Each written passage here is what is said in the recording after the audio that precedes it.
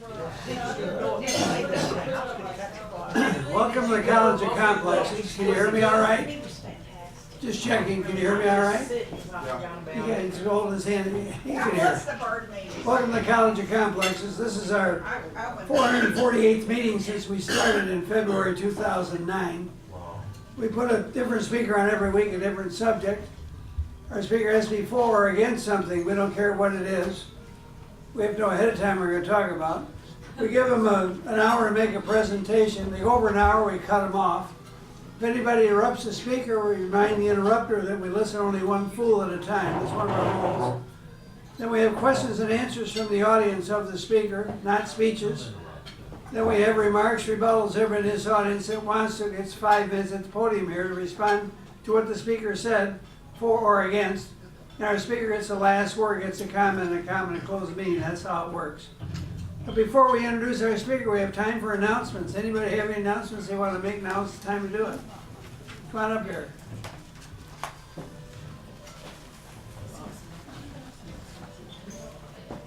Gene Lance.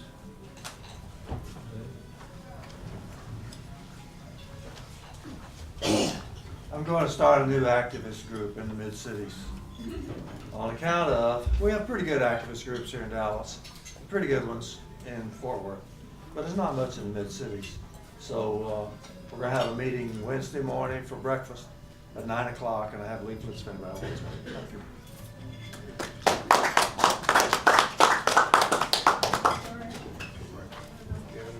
Any other announcements? Now's the time. You got one? Yeah, I got one. Okay, come on up here. Let's see, the Philosophers Forum next meeting is the 26th, which I think is this Tuesday. And Jeffrey Levine is going to be speaking about denialism. So if you're a global warming advocate, you're going to get a lot of red meat. And probably a pretty good discussion and Q&A afterwards. So we meet at El Phoenix off of Skillman and 635. Meeting starts at 7:30. If you want to eat dinner, you can get there at 6 o'clock or 6:30, whatever. A lot of good discussion, and you could probably start the excitement a little early. Anyway.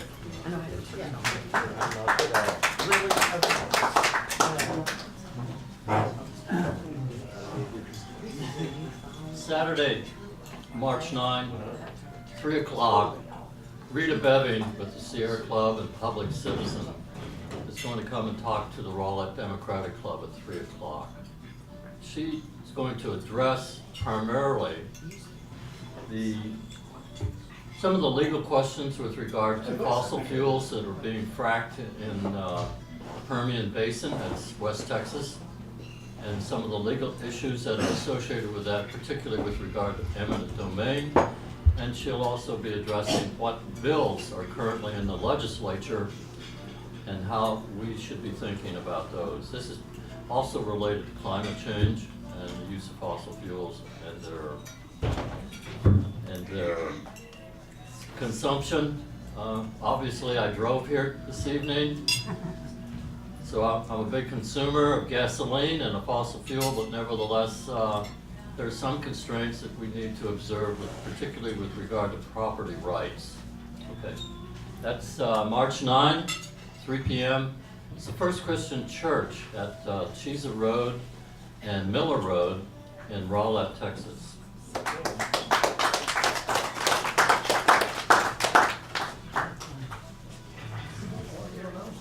We got a lot of announcements today.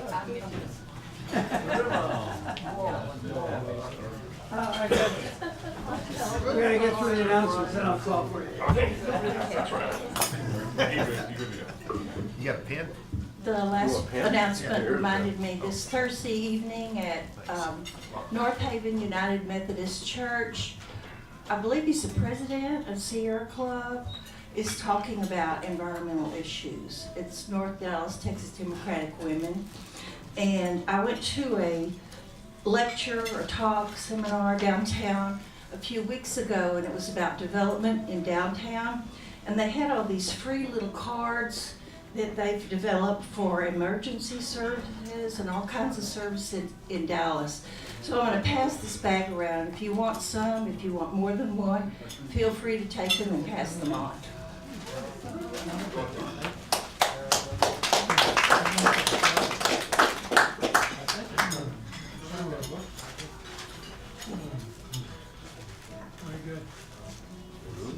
Has he got an announcement? Any other announcements? I just thought he was coming up here, I guess not. All right, next week, Captain Will Fritz and the Dallas Mafia, that's Jim Gatewood, Dallas author, he'll be here. I'm not gonna read all this, it's on your itinerary. March 9th is a time to end daylight savings time. That's Jerry Begrin, he's gonna talk about that. It ought to be interesting. On March 23rd, can free will be reconciled with determinism? That ought to be interesting. It's on your itinerary. Again, I'm not gonna read all this. But tonight we have Kenneth Williams. He's going to talk about why Republicans are determined to rule as a minority.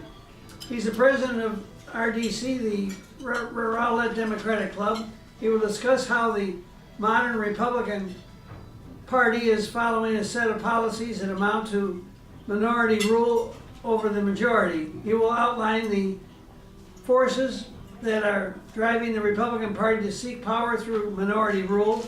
Kenneth will describe some of the major policies the Republicans have used which have the tendency to move us towards minority rule.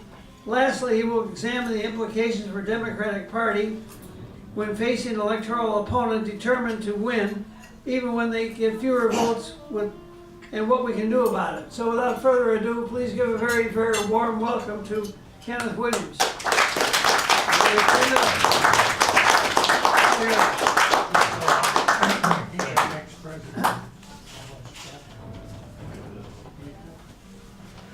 Well, good evening, and thank you guys for having me out here tonight.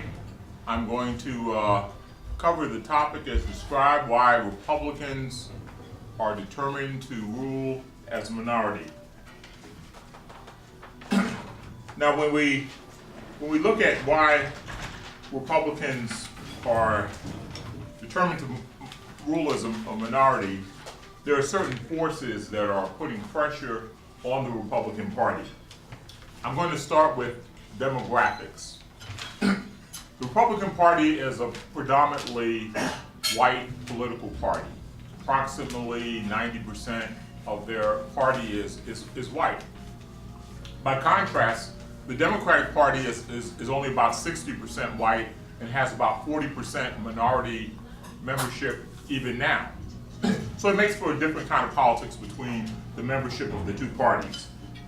At the same time, when we look at the percentage of whites in the population, there is an overall trend toward whites being a smaller percentage of the overall American population. According to the Pew Research Center, in 1960, 85% of all Americans were white at that point. By 2005, it was only 67%.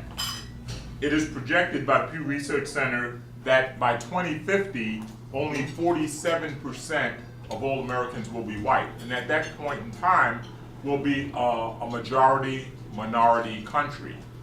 Now, if you're the Republican Party, and if you're thinking of your base as belonging to this ethnic group, that puts a certain degree of pressure. Also, by 2050, Hispanics will be about 29% of the population, whereas they're about 14% today. African Americans will still be about 13% of the population, and Asian Americans will be about 9% of the population. These are the projections for 2050. Oh, and also in terms of immigrants, right now, about 1 in 8 Americans is an immigrant, and by 2050, it's expected it'll be about 1 in 5 Americans. These are the things that keep Stephen Miller up at night. There was, I'm just trying to make sure I understand. Are we going to have the questions at the end or in the middle of the day? At the end. At the end, okay. but Stephen has a problem because to some degree the future is already here. If you look at children who are under 10 years of age, the majority of them, this is already a fact right now, a majority of them are non-white right now. The children who are under 10 years of age. So in effect, the future is already here. So what the current administration seems to be determined to try to prevent, they're a little late. They can do things that will cause people a lot of pain and harm, and they are trying to do the best they can in that regard, from my point of view. But this, looking at where the population of the young children are, this is a demographic change that is already largely happening. The next factor that I think is pressuring the Republican Party and leading it toward a tendency toward minority rule is the ideology that the current Republican Party has embraced. It's essentially what I call a hard right ideology in a country that's moving leftwards. So the Republican Party, let me tick off some examples of this. The American, as a nation, is becoming more diverse, as I talked about with the demographic changes. The modern Republican Party is embracing a kind of nativism. They have, Stephen Miller said, no, not Stephen Miller, Steve Bannon said that the bleeding heart of America's immigration problem is legal immigration, right? Imagine saying that in a country where most people descend from immigrants. But that's what Steve Bannon said. The Republican Party is moving toward a kind of, we fear having more diversity as diversity is occurring.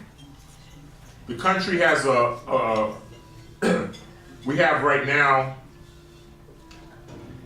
women have sought reproductive control of their own bodies.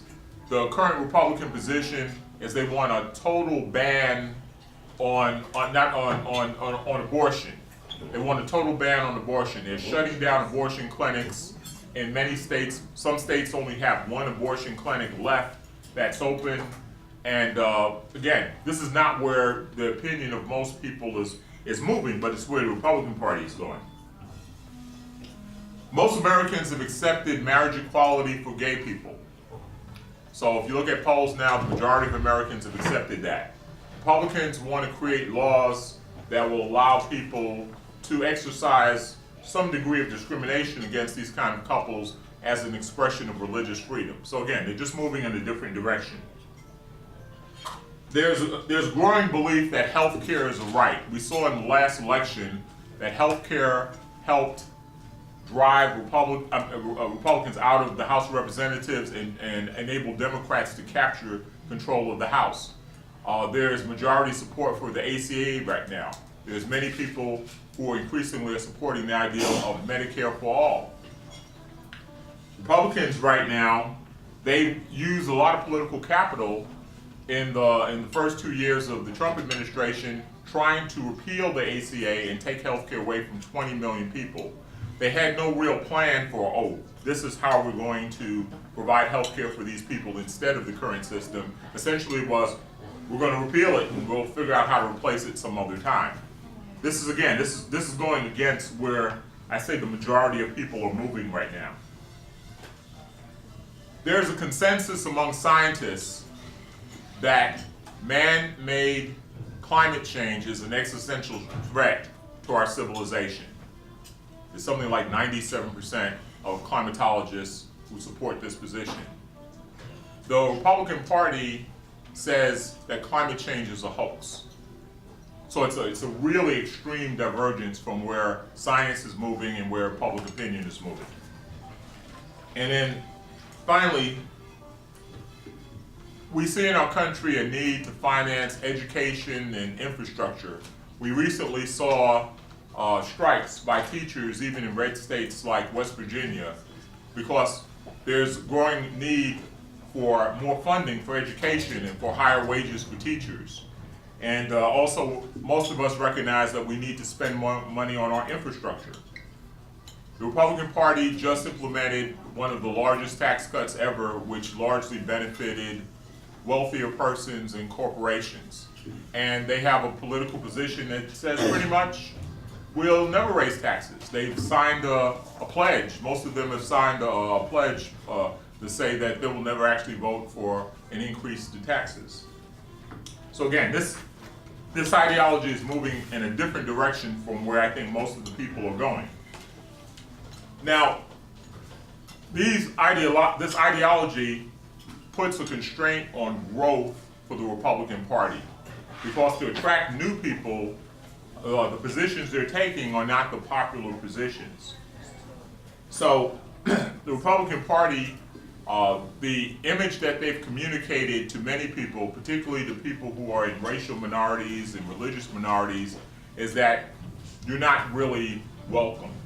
We really are not trying to bring more people like your people into the country or into our party.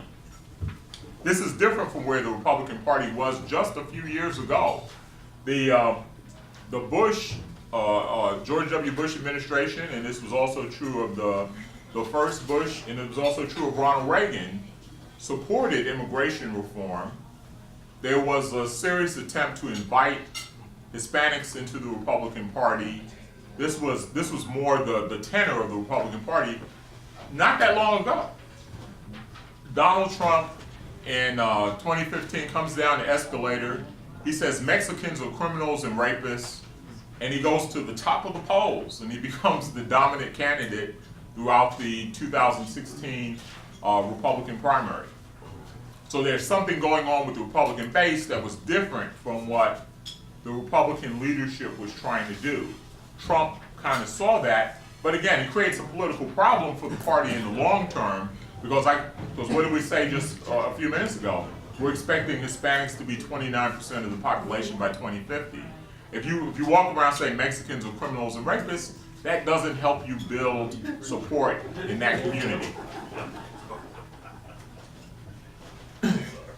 So Republican positions on healthcare, women's rights, the environment, LGBTQ rights, and other issues make the Republican Party kind of a hard sell to people who have not already embraced that party and don't already support it. If you're trying to expand that party, it makes it difficult with this set of positions.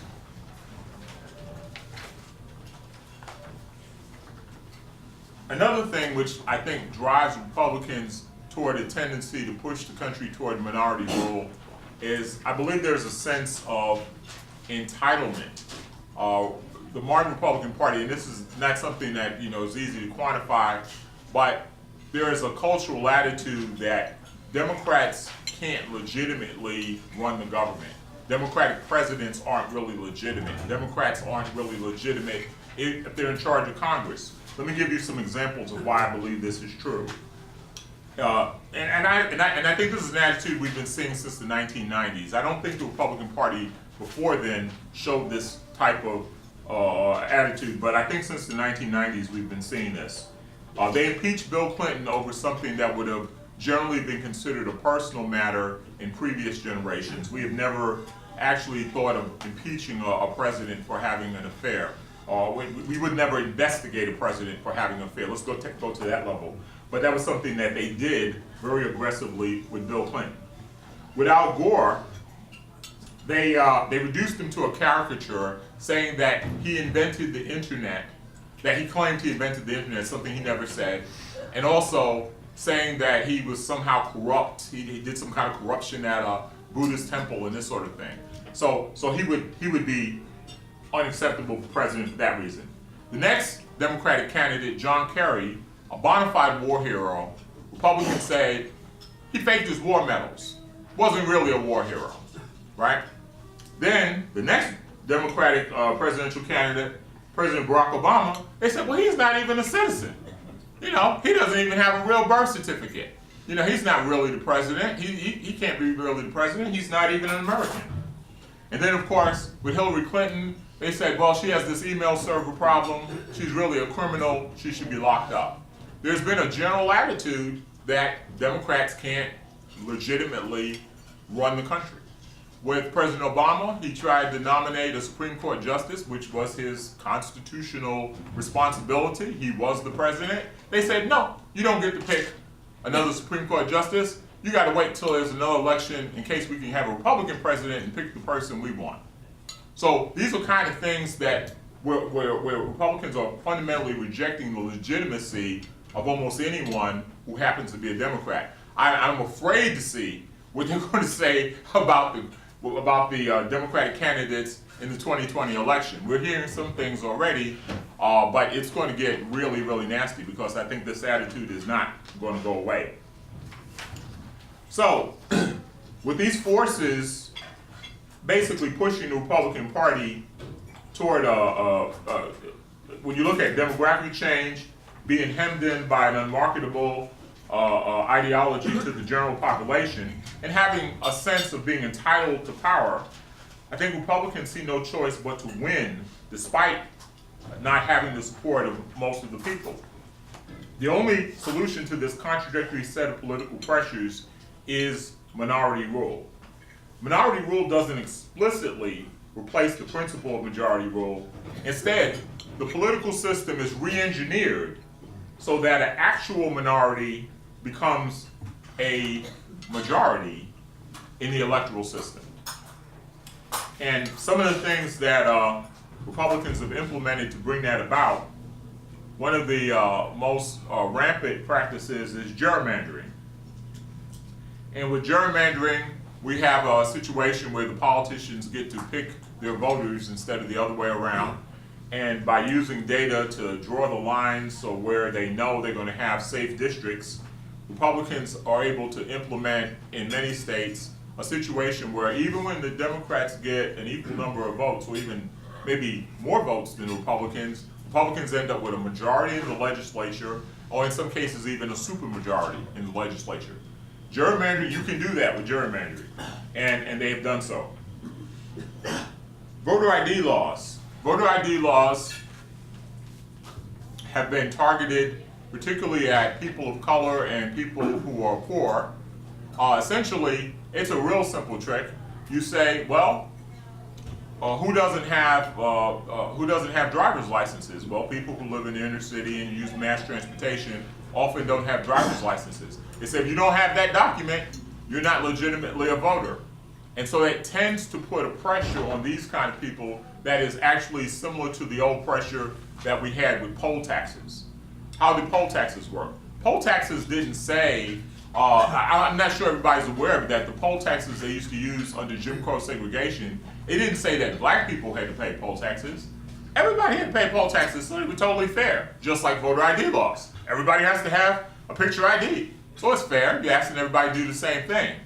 But the way poll taxes worked is that the income of African Americans in Jim Crow South was so much lower than that of whites that for them to spend the money that it required to pay the poll tax it discouraged them from actually voting. Well, voter ID laws work kind of in a similar way. If you don't have a driver's license, you don't normally go to the motor vehicles. It is a heroic task for you to get to the motor vehicles. You have to take time off for work. If you don't have a birth certificates aren't free. You have to spend money to get another birth certificate. And through this set of laws, you do create the same kind of obstacle, which isn't an obstacle to probably most people in this room who already have driver's licenses. But if you don't have them, it presents a major obstacle. And note, in our Texas voter ID laws, you can use your concealed permit, your concealed gun permit, and you can use your passport, okay, but you can't use your college ID even if it has a picture on it. So how does that work? Well, it works because you're targeting the people who tend to vote for Democrats. People of color, poor people, young people. Then another major practice that is being used that promote minority rule is the purging of the voter rolls. You say, well, so-and-so didn't vote in the mid-year election, so we don't think they're a voter anymore, so we kick them off the rolls. Now, people who tend to vote for the Democratic Party, particularly younger people, often have a pattern of voting where they only vote in presidential elections. So if you kick them off the voter rolls every time they don't vote in the midterm, That's pretty effective. That's a real good way if you want to reduce Democratic turnout. That's a very effective weapon. And so the purging, and recently the courts, I believe, ruled in favor of allowing them to purge the voter rolls. Closing polling locations. There was a story in the 2020 election. It was placed in Dodge City, Kansas. It's a town that's majority Hispanic. The Republicans closed the only polling location in Dodge City, Kansas, and said you have to go to the suburbs to vote. Now, these people, they live in Dodge City. They don't live in the suburbs, and there's no easy way to get to the suburbs. You have to be driven out there, right? So you had a community of people, many of whom didn't have cars, who said now you have to drive somewhere far from where you live to go vote. So this is another tactic that's used. Then reducing the number of early voting days. We've seen some measures of doing that. Denying ex-offenders the right to vote. And of course, when you deny ex-offenders the right to vote, something the state of Florida did, where Florida has a really large number of people who are ex-offenders. Under the last Democratic governor, ex-offenders could vote. Republicans came in and they said, no, these folks can't vote. We can't trust them to vote. And who does this disproportionately affect? Well, it affects people who are disproportionately affected by the criminal justice system, which is, again, African Americans, Hispanics, people who are likely to vote for the Democratic Party. Then the Supreme Court, of course, set the table for many of these actions by the gutting of the 1965 Voting Rights Act. This represents a kind of increased radicalization of the same tendencies I'm talking about, because Republicans voted to restore the 1965 Voting Rights Act in Congress during the presidency of George W. Bush. It was that recent. Republicans were still on board with saying the Voting Rights Act is okay. Something happened, probably had something to do with this guy, the guy from Kenya, Barack Hussein, and all of a sudden they said, man, we can't have this Voting Rights Act thing. This thing is really a problem. It lets too many people vote. And so they took out the part of it which would protect voters from these kind of changes that are being done in many areas controlled by Republicans. Here's one that was really aggressive and somewhat creative. The Republican legislatures in some of those places where they had those super majorities thanks to gerrymandering, well, in the last election, and this also happened in 2016, Democrats won the governorship in North Carolina, and just recently they won it in Wisconsin and Michigan. So what do those Republican supermajorities do on the way out? We start passing laws that say the governor doesn't need as much power as he used to have. We've got the wrong people as governor. And so they actually passed laws to strip powers away from incoming Democratic governors on the way out the door. Another one that we've just seen recently, which I consider to be another expression of this same tendency, is shutting down the government. Now you say, why is shutting down the government on this list? Well, you have to look at who shuts down the government and why. In the recent shutdown that we had, we've been told, well, it's a wall, we want funding for a wall and all that. And all of that is smoke and mirrors, right? Because they had 2 years to come up with money for a wall if they really wanted money for a wall. Had nothing to do with that. The Democrats in November 2018 won a majority in the House of Representatives, and the shutdown was an intimidation tactic to take power away from the Democratic House. Democrats won the House, they won by 9 million more votes than what the Republicans got.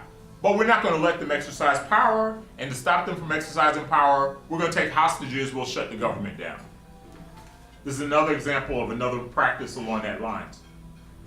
Now, the long-term plan to overcome majority rule, and this is Mitch McConnell's favorite part of the plan, is packing the courts with very conservative judges. These judges want to rule in the directions on the law, which goes totally contrary to where public opinion is right now, to where the majority of voters want to vote right now.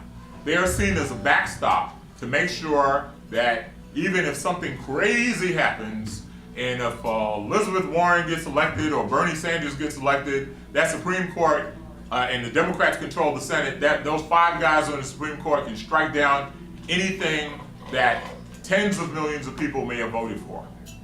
And that's what they're doing. And the Republicans are quite systematic about that, and they're quite disciplined about that. Now finally, I want to talk about, pardon me, 2 provisions in the Constitution which assist in this tendency toward minority rule. One is the structure of the Senate itself. North Dakota gets 2 senators, California gets 2 senators. That really helps for minority rule. Thank you very much. Appreciate it. Another measure is the Electoral College, which gave us the presidency of George W. Bush with an assist from the U.S. Supreme Court in 2000, and which gave us the presidency of Donald Trump. In both cases, the Democrats got the majority of the popular vote, but the Republican became the president legally because of the Electoral College. The Martin Republican Party is kind of fond of the Electoral College, I sense. I don't think they're going to be real open to suggestions of let's getting rid of it in the Constitution. That's just a guess. I could be wrong. Now, what does all of this mean for the Democratic Party? Democrats need to understand that Republicans are going to aggressively pursue strategies that promote minority rule, because for them, it's a question of political survival. They don't see how to survive politically unless they do these kind of things. If everyone's allowed to vote and there's a large voter turnout, Republicans will tend to lose, and they know it. Can't assume that court challenges to voter suppression are going to be enough. We do court challenges when these various practices are done. Can't assume that's going to be enough. As Republicans exert efforts to stop people from voting, Democrats have to exert at least as much effort to protect people's right to vote. That's going to have to become central to Democratic strategy. What kind of things should Democrats do? Democrats need to promote automatic voter registration. They need to support early voting in all 50 states. They need to support the restoration of voting rights for ex-offenders in all 50 states. They need to recognize that voter laws operate like poll taxes. One strategy that I thought that you could do to make a difference there is you need to pay the poll tax for poor people, right? They're putting a pressure on them to discourage them from voting. You take the pressure off them. You understand, you apply funds and resources, you pay for somebody's birth certificate. You don't ask the person making $9 an hour to go buy a birth certificate. You pay for the birth certificate. You give them a ride to the motor vehicles. You shepherd them through the process so they can get the ID. We know that it's a charade, right? But we're going to have to play through the charade until we can get into a position to actually change the law.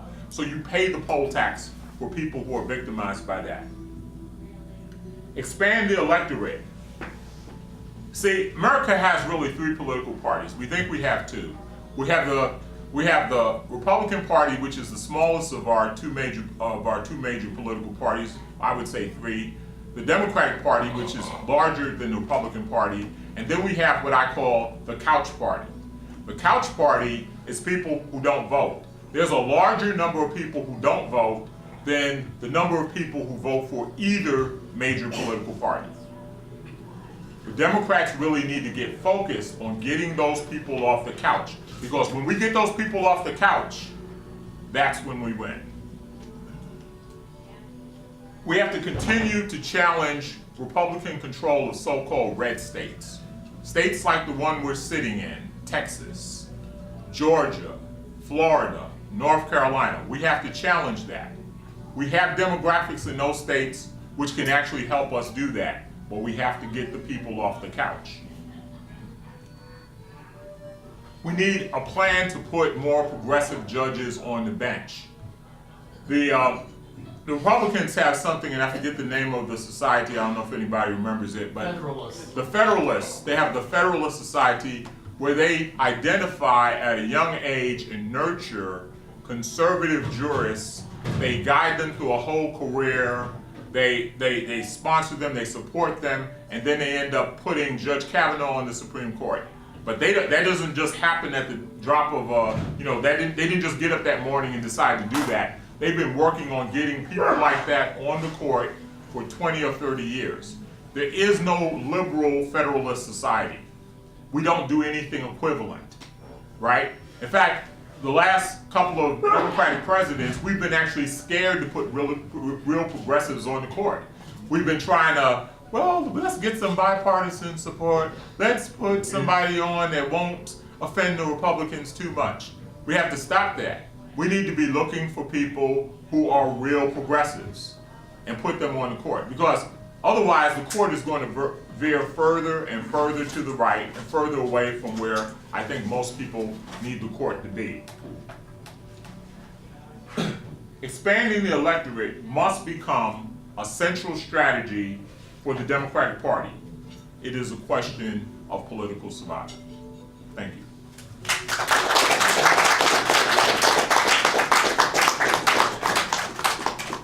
You can stay there now. Okay, Answer I'll stay there, the sure. As soon as Tom gets the mic squared away. question. Yeah. Who wants to be first? You want to be first? What are your thoughts? It's not working. Tom's really fixed it Let me good. fix you. Okay.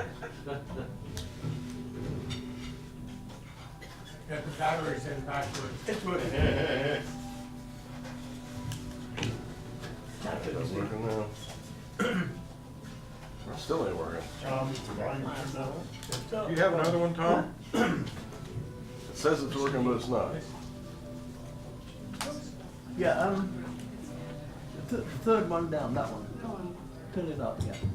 They're gone. It was turned down. Okay, it sounds like it's working. Okay. Okay. All right, Tom. Is it working? Turn it on. All right, what are your thoughts on the walkaway movement? Thoughts on the walkaway movement?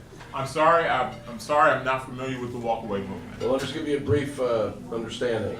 There was a guy named Brandon Straka, a hairdresser in New York, grew up as a Democrat, confirmed Democrat, and then he realized how crazy the Democratic Party was, walked away from it, and what confirmed him in his walking away was all the vitriol and hatred he got from his liberal friends. And since he's done that, he did a 6-minute video, and from that 6-minute video, there must be hundreds of thousands of videos on YouTube from people who have left the Democratic Party, from teenagers to 97-year-old people. Can you make that into Okay. a question? And the question is, what's your thoughts on that? Okay, here's my thoughts on that. In the American political system, there is no walking away, right? The reason why there's no walking away is because in our system, we have a political system. It wasn't designed to work this way because the founding fathers actually didn't believe in political parties. However, we have a system which is either going to be a two-party system or a one-party system. It's not going to be a zero-party system, and it's not going to be a three-party system. The reason why the American political system supports a maximum of 2 political parties is because it's a winner-take-all system based on geography, right? Now, if I was in a system, a parliamentary system, and if 20% of the people were socialists, then the socialists would get 20% of the seats in parliament. But in America, if 20% of the people are socialists, the number of seats you get in Congress is 0. And the same is true if 30% of the people are socialists. The same might be true if 40% of the people are socialists. We have a system that produces a binary outcome, hence we end up with 2 political parties. Because at the local level, there is no representation for coming in second under our system. Because of that, when the people walk away, I don't know where they're walking away to. Because the government is going to be controlled by somebody. If you don't want it to be controlled by the Democrats, then it's going to be controlled by the Republicans. You're going to have to pick one of the two. If you don't like the way the Republican Party works, get in it and change it. If you don't like the way the Democratic Party works, get in it and change it. But there is no walking away. All right. On healthcare, with the ACA the way it was, they were limiting the profit, I believe, 20%. The insurance companies are only allowed to make 20% of the profit. That's about right, yeah. Is that a good idea? For my purposes, and this will take me into a whole nother talk. In fact, I'm thinking I'm going to come back, and that's going to be my subject. So I'm not going to talk too much about it right now. But I would say, my short answer is I don't believe that for-profit healthcare is, in the long term, a supportable way of doing healthcare. Right now, that being said, I think the ACA improved the overall way our healthcare system worked, because let's say it limits them to 20% profit. Well, the old limit was nothing, right? There was no limit. And there was some restraints put on them on they had to provide certain kinds of care. There's a certain set list of practices that they have to provide to everybody. So it's an improvement. And they also expanded the overall number of people with access to healthcare. So I think the affordable healthcare is a move in the right direction. Obviously, I don't think it addresses all of the problems. Sir. Jeopardy question. What is a carbon tax? Okay. A carbon tax is an ideal that's designed to discourage pollution by increasing the cost of using hydrocarbon fuels. So the basic ideal is if you put this tax on use of carbon, people will try to do things to avoid using more carbon, and therefore will have less pollution in time. It's a market-based approach to trying to reduce the amount of pollution we get in the atmosphere. Interestingly enough, the earlier version of the Republican Party, when they could still acknowledge the science of climate change, was for these kind of carbon taxes and having exchanges and that sort of carbon exchanges. Once the evil Kenyan embraced the idea, they abandoned it, and now they're against that, and they claim that's socialism also. Ma'am. The previous can you hear me? Yes. Oh, am I too loud? No. Previous administration made a big thing of saying we are not a Christian country. I didn't hear any arguments about that. I mean, that's what the president said, previous president. Trump makes a big thing of saying we are a Christian country. Does the Democratic Party address this now, or? Yeah. Now for me personally, I'm gonna tell you the truth. I don't think that's one of the issues that I think we need to address in the public sphere. But it's a question you've asked, and so I'll answer it. I think the First Amendment makes clear we can't be a Christian country because it says the government can't establish a religion. The other thing the Constitution says is there's no religious test for office. Those two provisions make it impossible for us to be literally a Christian country. Are we a country where the majority of people are Christians? Yes, we are, and that's fine.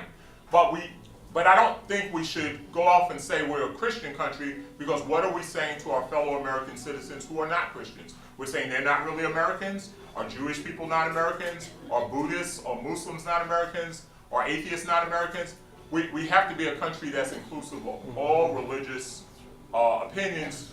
I think it's the right way to go, and I think this is the way that's most in keeping with the spirit of the Constitution. That's my opinion. Sir. I think we would all agree that there's an increasing polarity in the country, certainly since the 1980s. And I think at the same time we've seen runaway inequality, which I suspect is the reason for the polarity.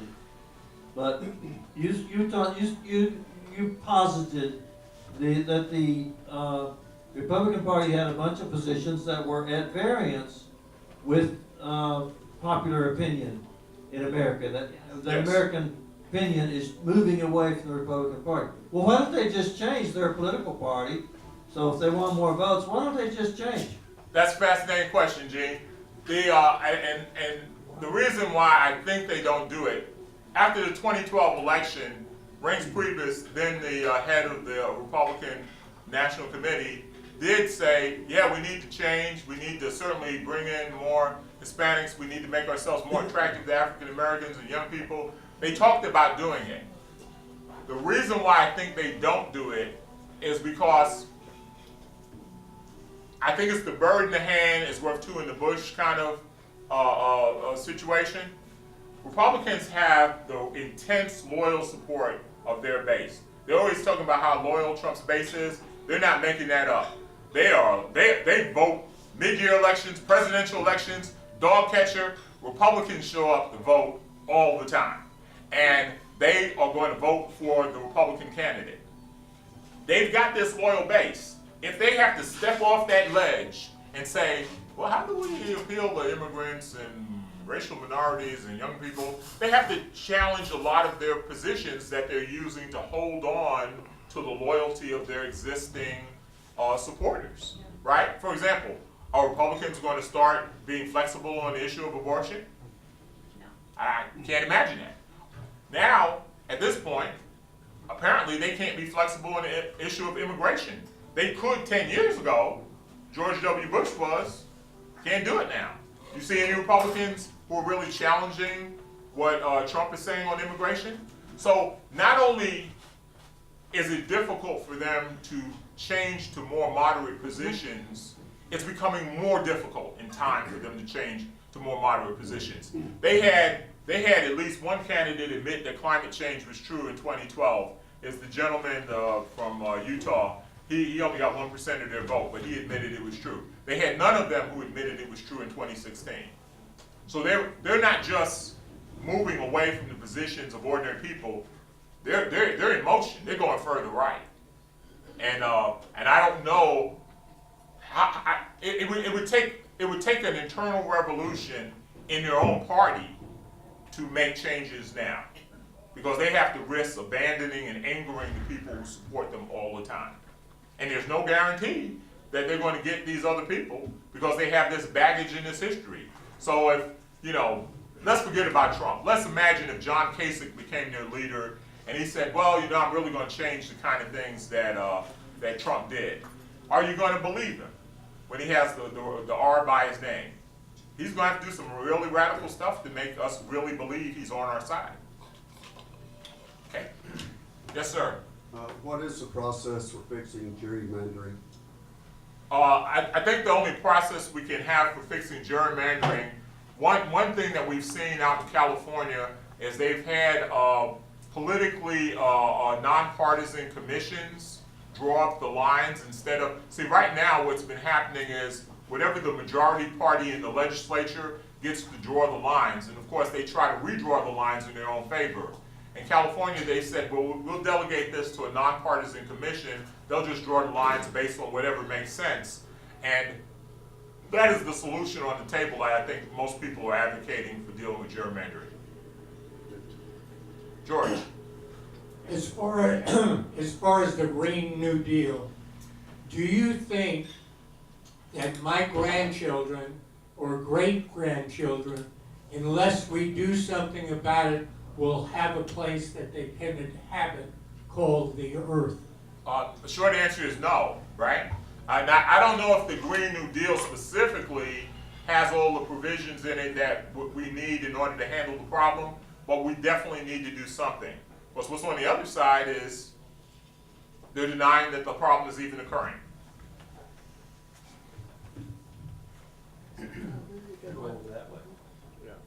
Yes, ma'am.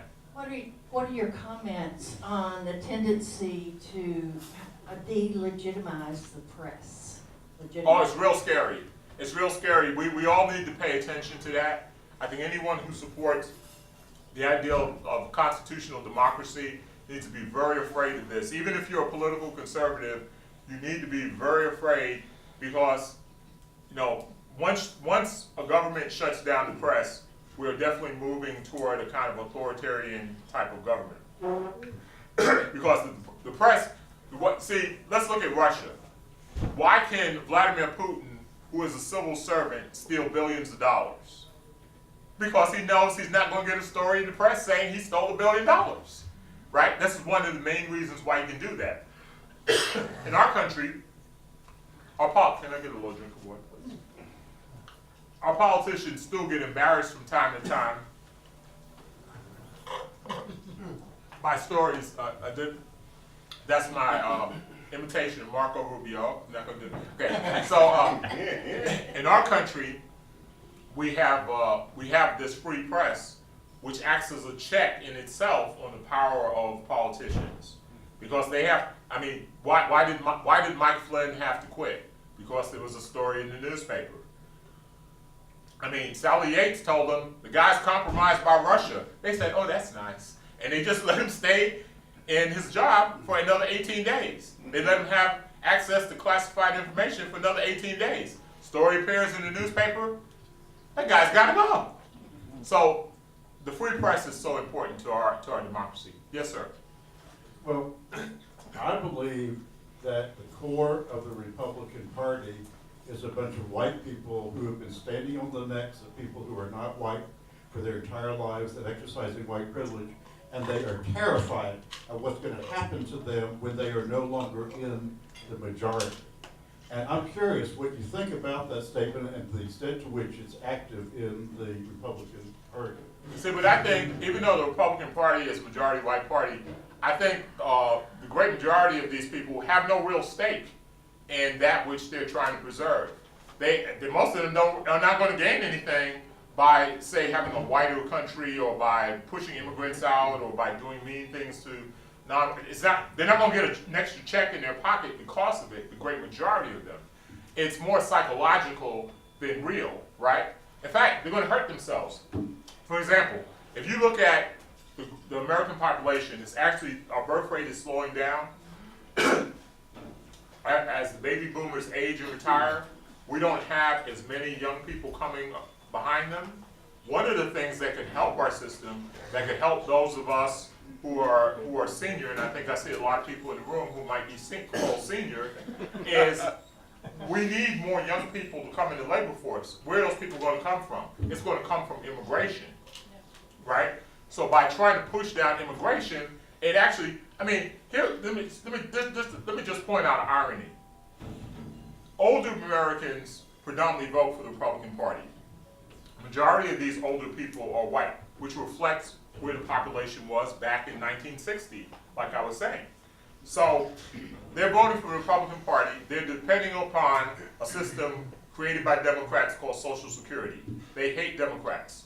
They're trying to stop immigrants from coming in the country. They need immigrants to come in the country to pay Social Security taxes so they can keep getting their checks. But they're supporting Donald Trump putting little kids in cages to stop immigrants from coming in the country. So they're not really benefiting from standing on the necks of non-white people. They're standing on their own necks too. They just don't know it.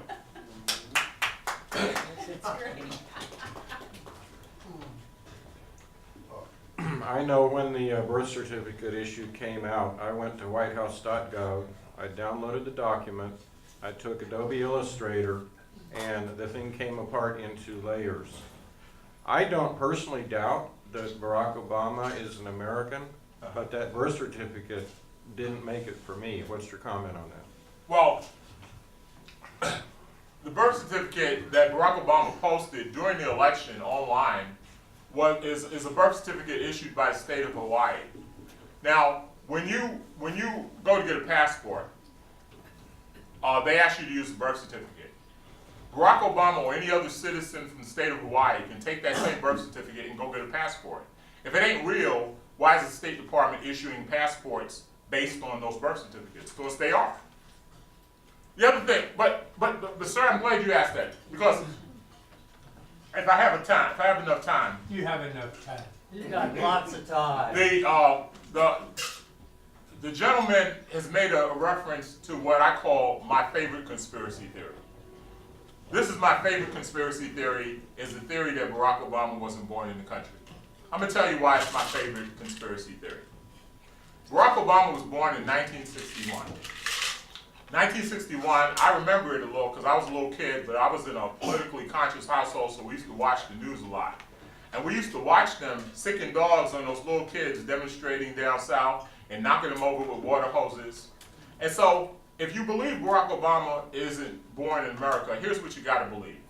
You gotta believe in 1961, while they're watching the same stuff on TV that I'm seeing, we have a situation where a black man from Kenya and a white woman from Kansas, and the man says to the woman, honey, I got a great idea. We can send you to Kenya to have Barack, pretend he's born in America, bring him back later on, and later on, 40 years later, we can get him elected president of the United States. That's what you gotta believe. You gotta believe that his parents were the smartest people ever to be born in the world because they had no money and no political connections, but they actually planned to put their child in the White House and succeeded in doing it, which makes them the smartest people ever born. And you have to simultaneously believe that they're the dumbest people in the world because all they had to do was to have the baby in Hawaii, but instead they send the woman to Kenya, a place she's never been before, to have a baby, and then try to fake everything with documentation. So they're simultaneously the smartest people ever born and the dumbest people ever born. That's what you have to believe. And that's why it's my favorite conspiracy.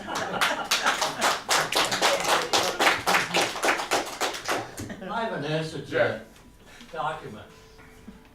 I don't know what you took it apart with, whether it was Photoshop or Adobe Illustrator, yes. Okay, you well know that that document was constructed over a different set of periods. That is, there were lines, there was text, and then there was a separate period when the information was put onto the document itself. So that's where your separation comes from. Understand? It doesn't work for me. It doesn't work at all. I'm sorry. You don't understand your application. then. Okay, even the text, not even all the text is in the same layout. Yeah, that's true. That's not new. Yeah, Okay. yeah. But see, and then just from a common sense point of view, I don't know how many of you guys here are fathers or mothers, but I'm gonna tell you this. I was in the military. I was stationed overseas. I had guys who had wives who got pregnant. You know what they would do when the women got pregnant? They would go home to where their mothers were. They didn't want to have the baby even when they were with their husband overseas. They wanted to go back and be with their mothers. Every woman I've ever seen have a baby wanted to be around her mother. You have to believe that Barack Obama's mother wanted to be with strangers in a foreign country instead of with her own mother in Hawaii. It just doesn't make sense. There's so many other things. The birth announcements in the newspaper. Again, you have to have this really incredible plan, and for what purpose? The other thing is, you have to keep in mind that by American law, if Barack Obama was born in Kenya, he would still be an American citizen. Right? Because American citizens don't give birth to foreigners, you see. So he would have been a citizen anyway, so there was really no reason for the conspiracy that some people have imagined. Yes, sir. John's got it. Okay. I've got it, so let me speak. Okay, but You've already had your question. Okay. So it's my Okay, turn. go ahead, sir. He looked at me and he's asking. I'm sorry. Out of luck. Okay. Out of luck. I'll come back to you, sir. Okay, all right, fine.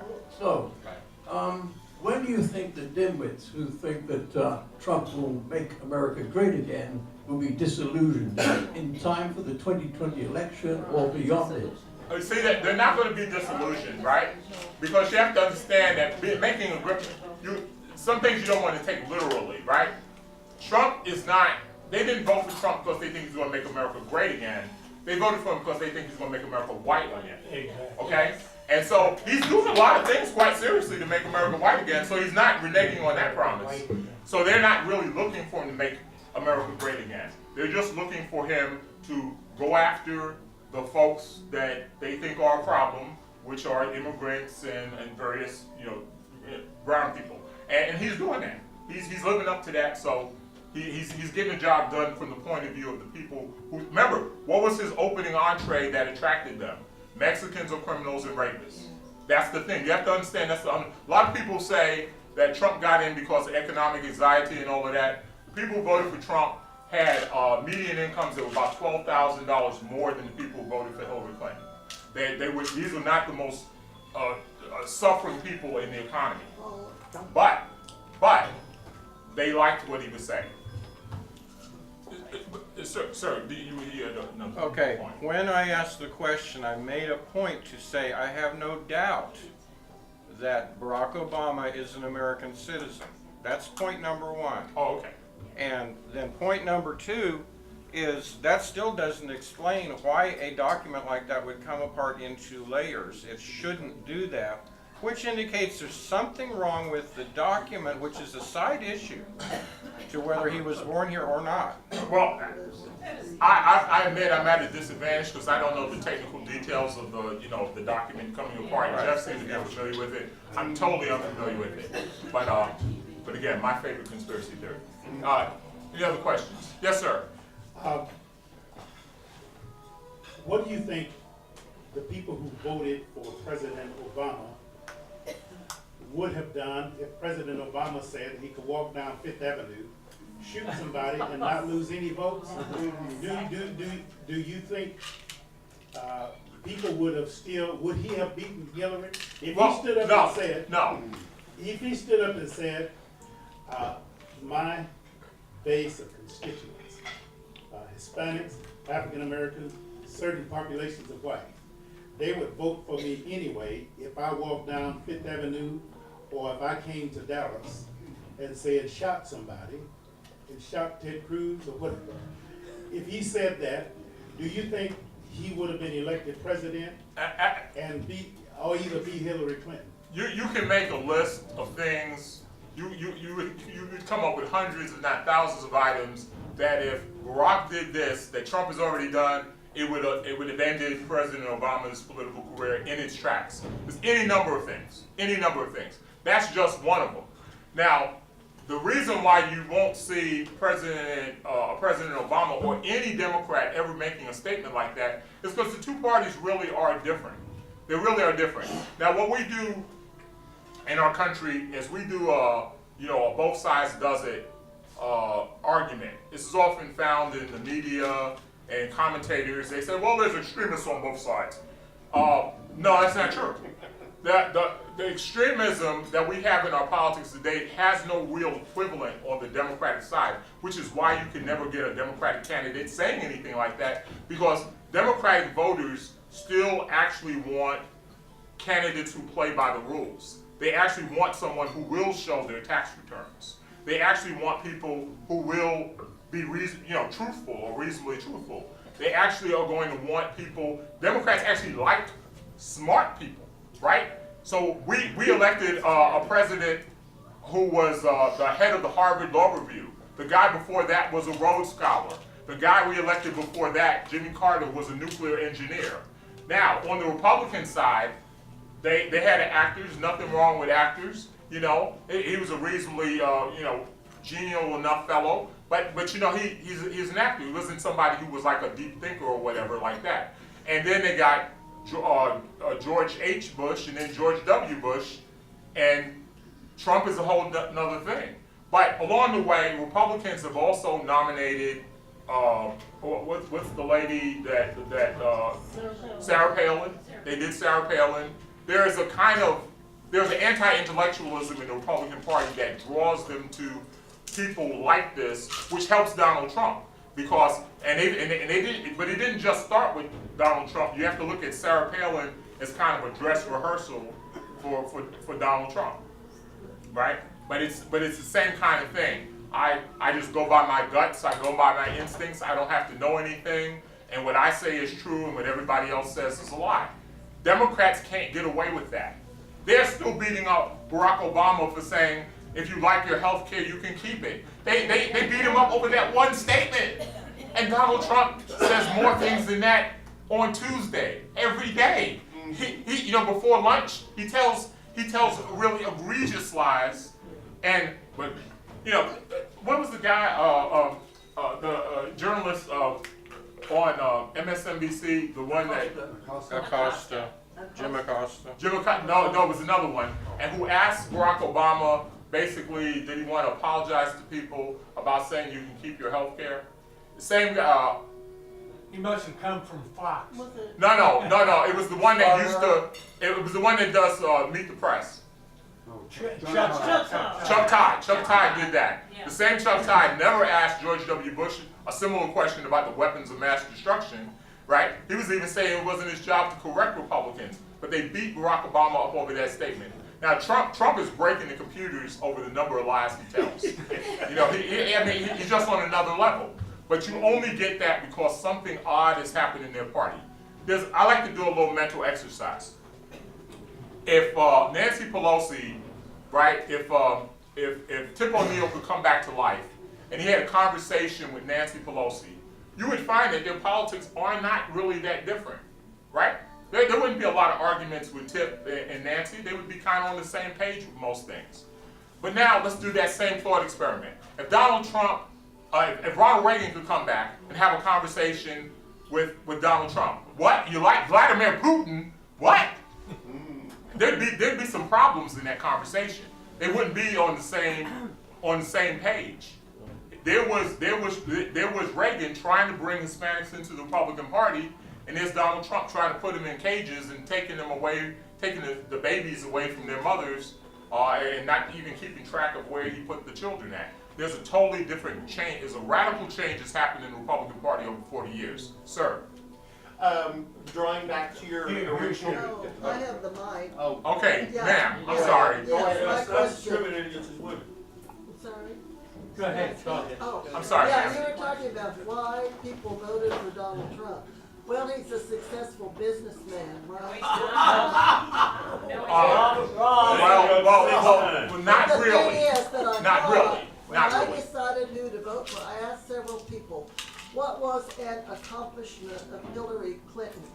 Nobody could come up with one single accomplishment. She passed the CHIP medical program that gives health care to millions of children. That's one accomplishment. I'm giving you one accomplishment. I'm giving you, now what's one accomplishment of Donald Trump that you believe he actually accomplished? He's a very wealthy man, correct? He was born wealthy.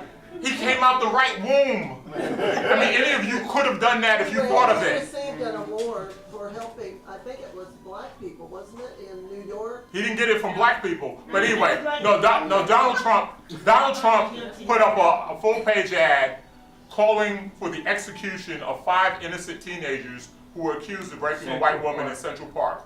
After they were proven innocent with DNA, he still wanted them executed. He still didn't believe it.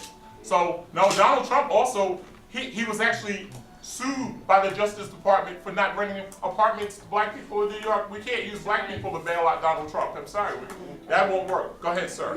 kind of getting closer back to the original point. Yeah. Do you believe that perhaps the founders, who were not truly democratic, they didn't really trust the people to directly vote, therefore they came up with electoral colleges, and we didn't really trust the majority of the population to not abuse smaller states, so the larger states would not abuse the smaller states. So there are a lot of anti-small d democratic features in the Constitution. Is this to get back to small d democracy? Are we going to have to amend the Constitution? Here's my answer. I talked about a couple of those in my presentation about the Electoral College and having each state having the same number of senators. You could also add in that originally they weren't even going to let people directly vote for senators. Senators used to be appointed by the state legislatures. So yeah, there were things like that in there. I would think at least some of this does need to be amended. Certainly the Electoral College, I think, should be amended.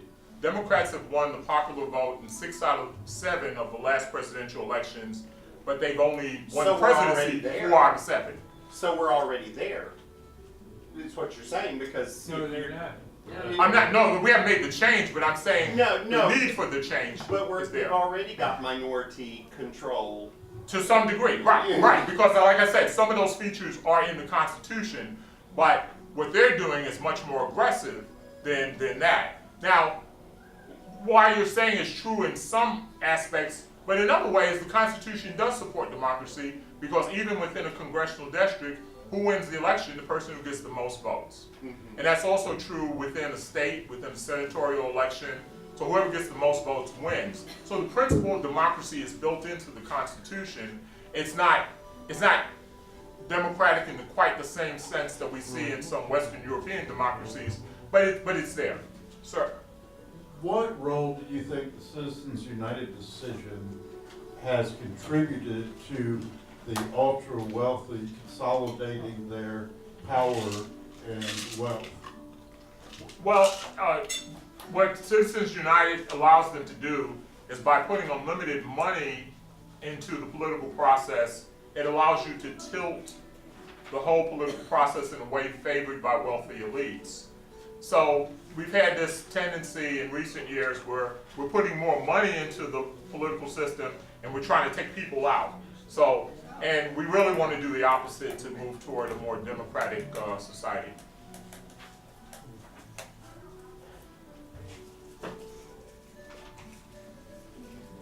Where you going? Don't point that at me. Hello? All right. As long as we have this escalating, continuing polarization of assets in the country, which I think is going to continue ad infinitum, that will be the detriment of all civil society and is a precursor to socialism and eventually fascism or a police state. That's the direction we're going in. Can you make a question out of that? Yeah, This is question. Okay, this is question and answer. He's saying, what's your question? All right. The question: how do we avoid the degradation of democracy when we are continuing to have this polarization in that? And if I may say that in another way, money rules the world. It has a history of doing so. We are predatory, and that's not for the benefit of the man in the street. Yeah, that I agree with. I think the antidote toward moving toward polarization and reduction of democracy is a little bit what we saw in the 2018 election. You have to get more people involved, right? And I don't care whether you're on the right or the left. I just would like people to be involved and not stay home. The real danger to our democracy is apathy, because when people get tuned out and they're not keeping up with what's going on and they say it doesn't make any difference, they're all the same, that's when the system tends to move toward a more, say, autocratic or oligarchic form. So if we can get people involved in the process, and I know it takes a leap of faith to be involved right now because a lot of things look some things look pretty bad. But we have to have that hope and we have to keep doing it. We have to, I've been trying to beat up the microphone, we have to get more people involved. We have to get people registered to vote. We have to have these kind of discussions. We have to get people, we have to let people know you have a stake in it. Yes, sir. I agree with you, and that theoretically is so. But in the practical world, it's money that counts, all the way from the top down. Well, not all the time. I don't think so. I think sometimes the people count more than the money. If the people show up, they count more than the money. Yeah, well, we have lobbyists there are over 1,500 lobbyists registered in Washington. And there's 300 million people in the country. Okay, so we could actually win that fight. We can win that fight, but we can only win it if we show up. Yeah, but still, money talks and the rest walks. Well, okay. I'm not surrendering to cynicism. I believe that if people decide they want to be involved, it's going to make a difference. I think it made a difference in November 2018. It's why we have Speaker Nancy Pelosi and we don't have Speaker Kevin McCarthy. People showed up and it made a difference. My congressman is now Colin Allred. It used to be Pete Sessions. Things can change. Yay. Okay. What I see is money just keeps getting into a smaller and smaller number of hands and more concentrated. And that's because the wealthy have been able to rig the tax system for their own benefit. So one of the things that I noticed is you were talking about how they demagogued Al Gore and so on. And I believe that there's a certain desperation among the elite Republicans that they have to keep control, and if they can't control the government continuously, they have to win enough presidential elections or enough Senate elections every few years in order to keep the system that they have put in place, because it takes longer than 4 years to fix it. What do you think about it? Well, there's a lot to that, and the other thing about our system of government, because the governing, the structure of the government has kind of 3 independent moving parts. It has the Senate, the House of Representatives, and it has the presidency. Now, if you want to get something done from a positive point of view, you almost need all 3 at the same time. But if you want to block stuff, you just need one party. And so it's kind of relatively easy most of the time to prevent change in our country, because so long as one part is controlled by the elite, for lack of a better term, they can block changes that they don't like. I think we're running out of people to ask questions. Well, that's good. You get to sit down. All right. Well, thank you. Good job.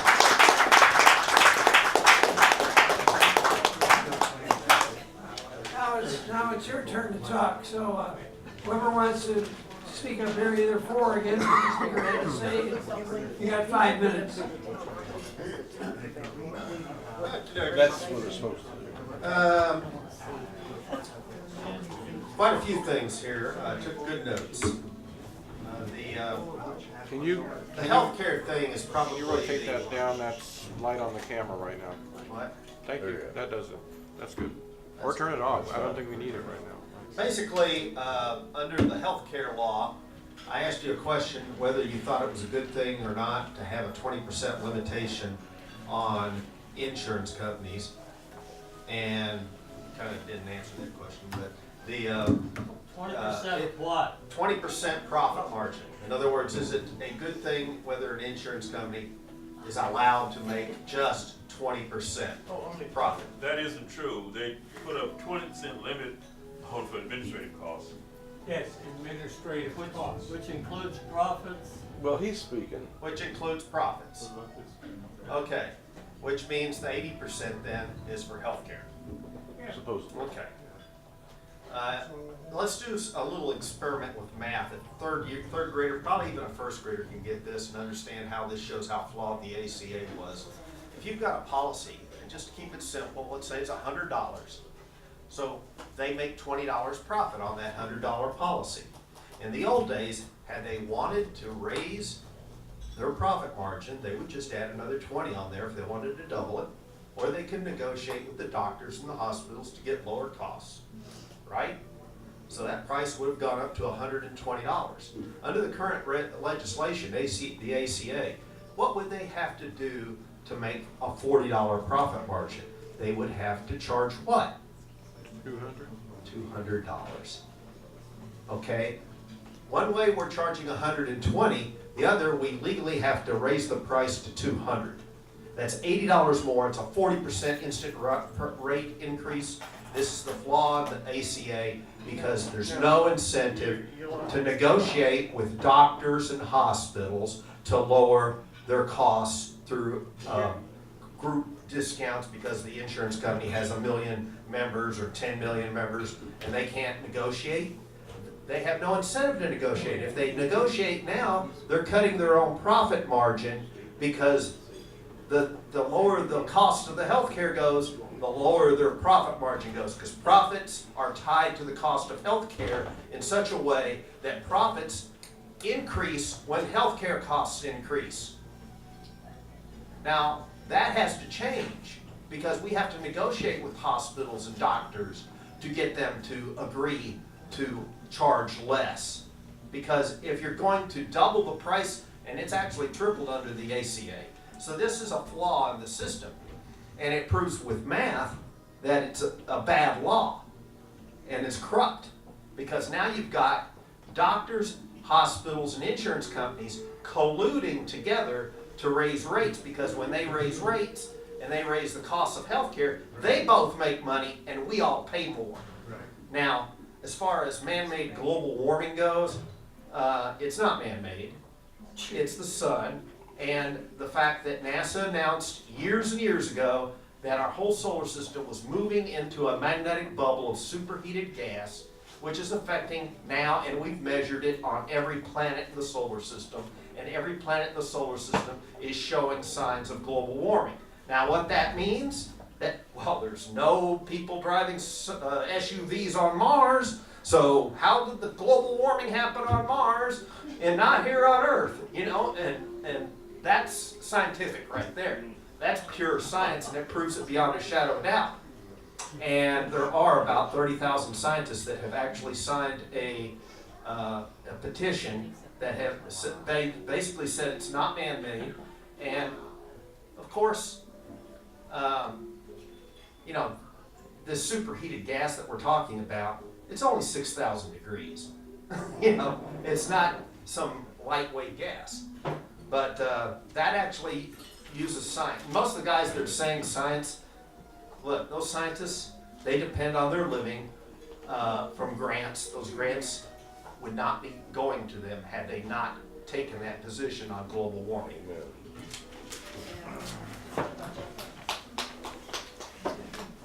Wait. All righty, you got it.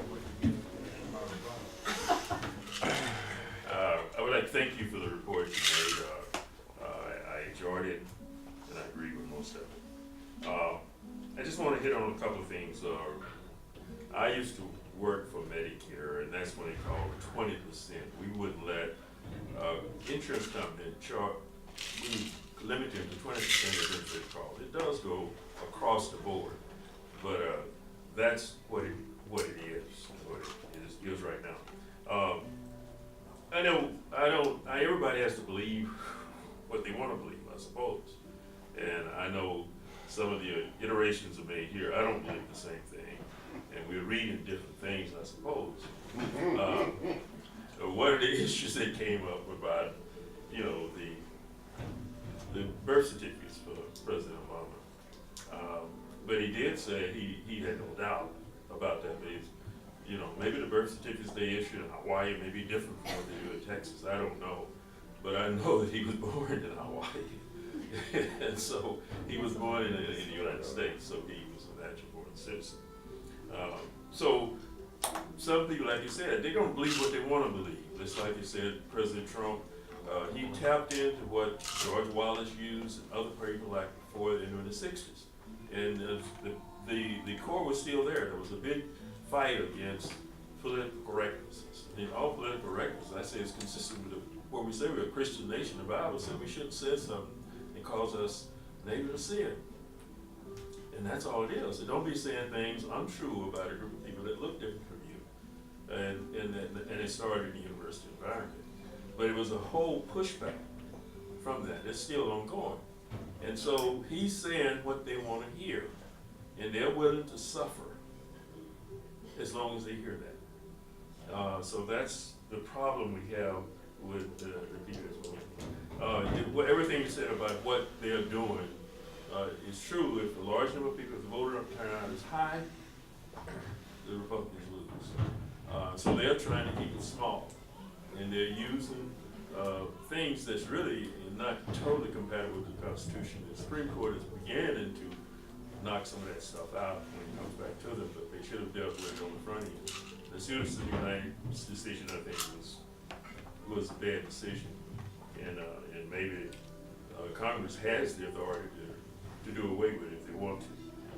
The thing about the Republican Party right now, my belief that the Democratic Party was the bad party years ago. The other one that did all the harm to African Americans and other minorities. And I think they left the Republican Party, the Democratic Party, and they're dominant in the Republican Party right now. And so they're doing what the Democrats were doing now in the Republican Party. Now what President Trump has done, the party is his now. And they're afraid to go against him.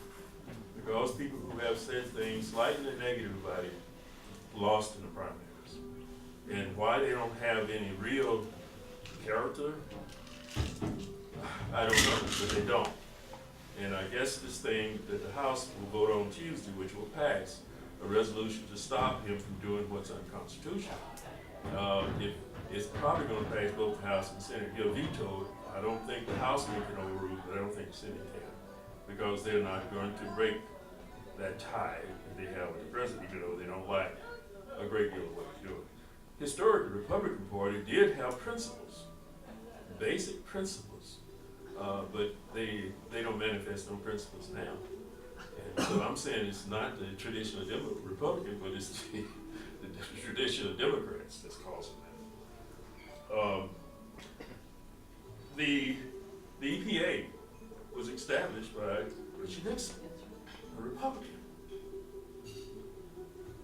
And I know that the stuff we put in there has had an effect on it. We're the cause of it. And I'm not a scientist, but I know that that's a great deal of cause. And we are the ones contributed to it. You can't put all that stuff up there in this thing later.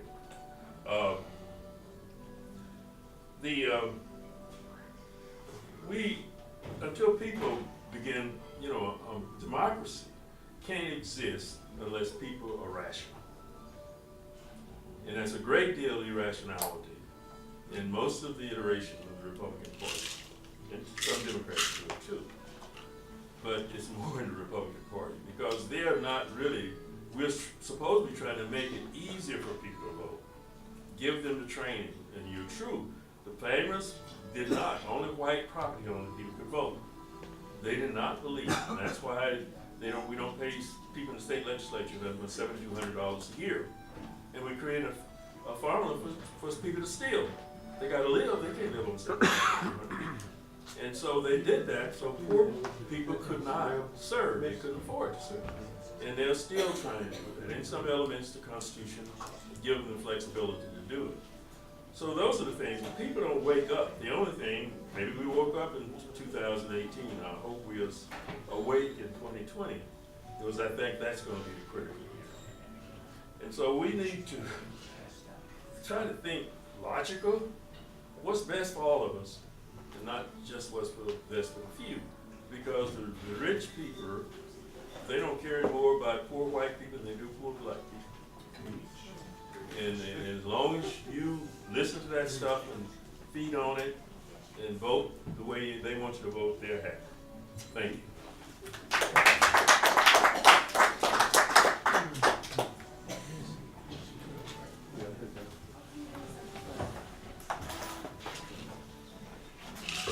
Back some years ago, I got interested in the issue of global warming, and I went down to UT Austin and took a course on algal culture because I was addressing the issue of carbon footprint.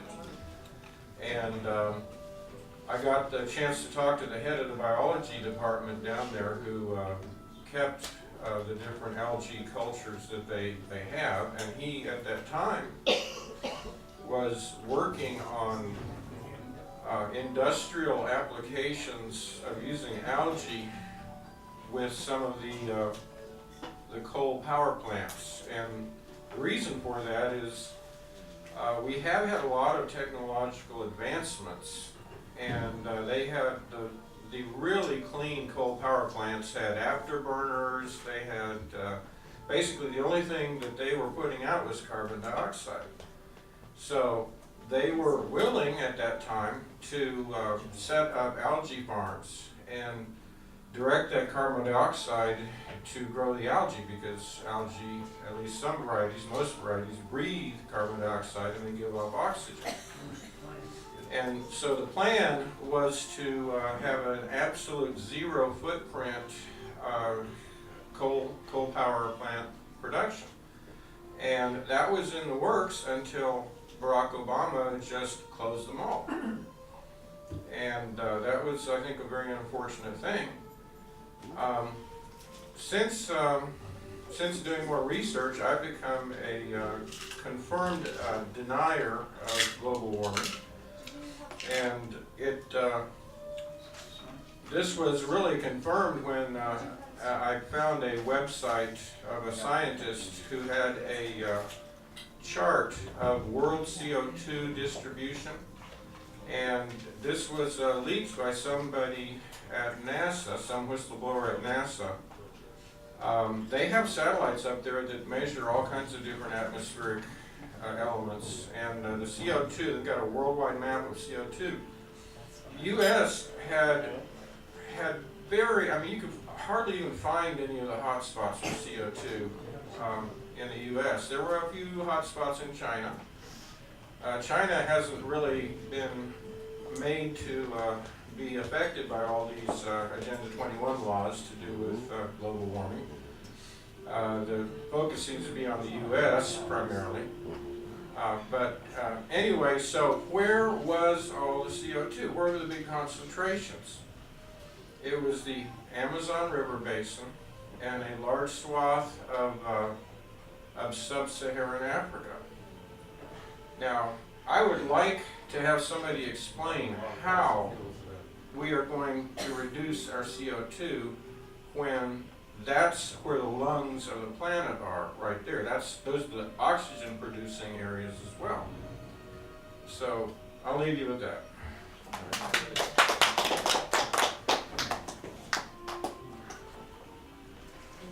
One of the things I appreciate about this forum is the absolutely unabashed liberal advocacy that we get here. I mean, if you want to understand somebody coming from a liberal position, you're going to get it. I appreciate that. And our speaker tonight was absolutely all the way out there, just putting the position out there. The Democratic Party is a great party and the Republicans are horrible. We've heard that before, of course. But one thing I'd like to say here is that I really don't think the advocacy on the liberal side is doing its homework. I have been following for about a year now the walkaway movement, and the walkaway movement is simply Democrats that got sick of the Democratic Party. And it started with Brandon Straka, I don't know, about May, I guess, of 2017 or 2018, I'm not sure exactly how far back it was. But he realized that he was not allowed to think outside the liberal box. And he started thinking outside the liberal box, and his friends, his liberal Democrat friends, absolutely excoriated him. He was not allowed to think that way. So he ended up leaving the Democratic Party.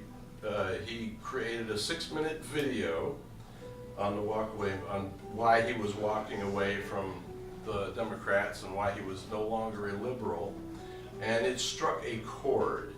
There are now hundreds of thousands of videos of people that have walked away from the Democratic Party, and although not all of them are saying they're becoming Republicans or conservatives, most of them, if not all of them, say they will never vote Democrat again.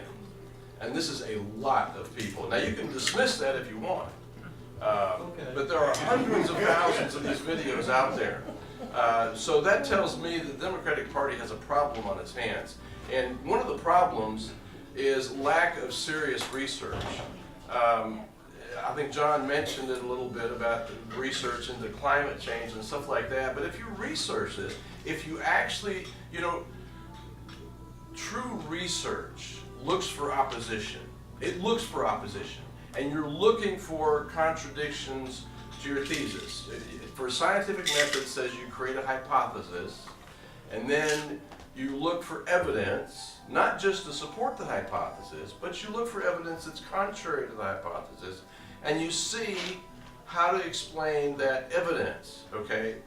It was mentioned that there's a petition project.org, you can look it up on your phone if you want. There are 31,487 degreed scientists, 9,000 of whom are PhDs, and many of whom I think are involved in climate research or some such thing, who say there's no such thing as global warming. So the idea that 97% of all scientists support the idea of global warming is BS. It's simply not true. Because that is created by the IPCC, which uses computer models, manipulated computer models, to create the consensus. And there's all kinds of evidence. But the fundamental point is that if you want to make a scientific point, and you create a hypothesis, like global warming, for instance, if you're serious, you're going to look for all of the opposition research, and you're going to evaluate all of it, not just on whether or not you think it's true, but whether or not it actually follows scientific method, and then you're going to see if your thesis holds up in light of all the evidence. So my point is, liberal advocacy is great. That's fine, you know, advocate whatever position you want, but try to be serious about your facts and look up the opposition research and see if you can actually invalidate the opposition research.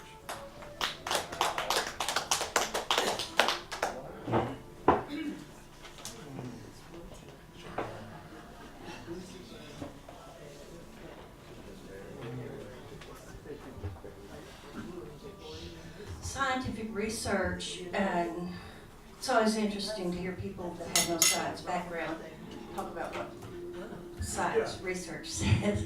Science research does not look for contradicting this, proving that. It looks for facts. You have to keep an open mind and go where the facts lead you.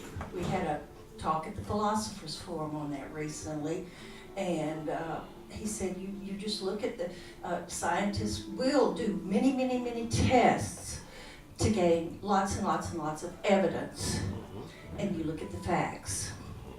Go where the facts lead you. I agree with you on that. And facts are documented. So if you get up here and want to be taken seriously, you need to give your sources of your facts, not just general statements of it's all over the internet. Well, there's a bunch of you know what all over the internet.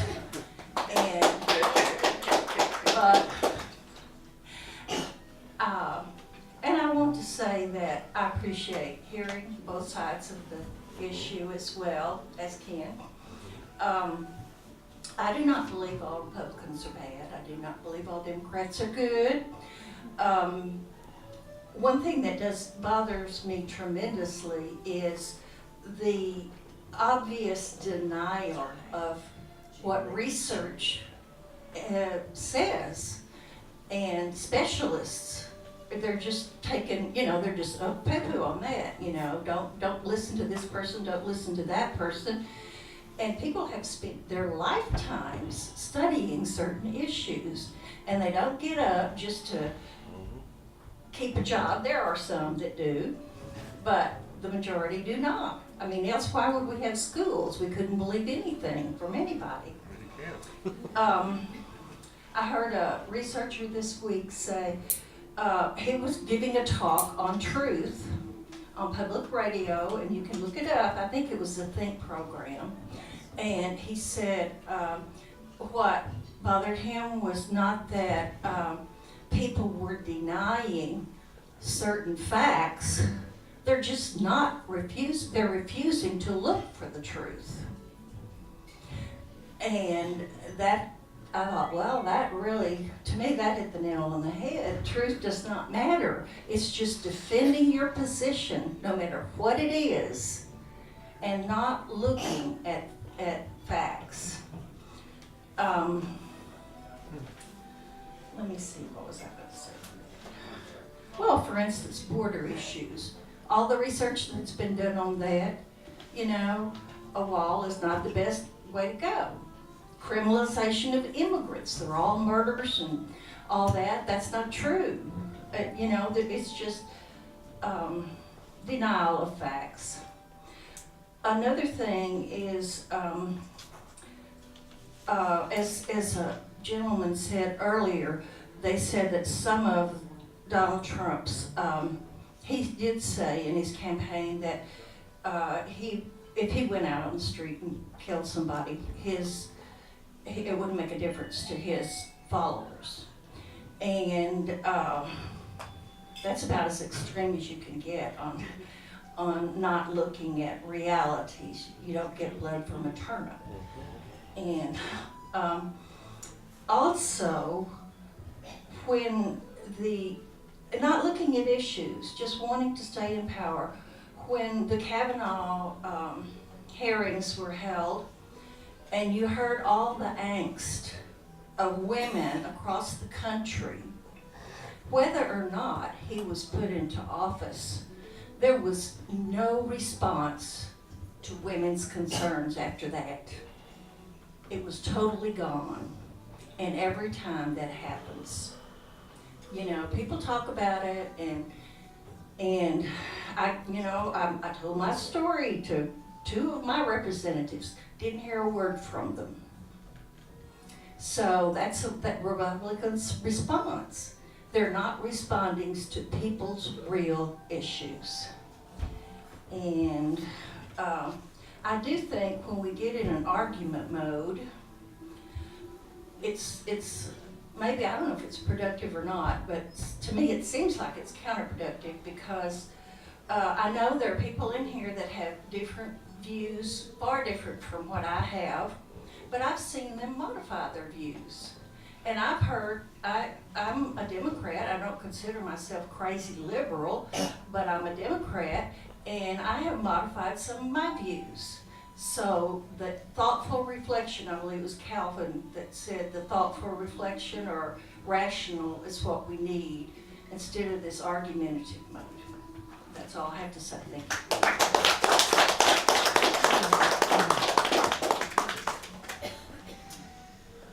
Well, it's always interesting to hear this misuse of English. The term liberal means somebody who believes in laissez-faire, actually. Okay?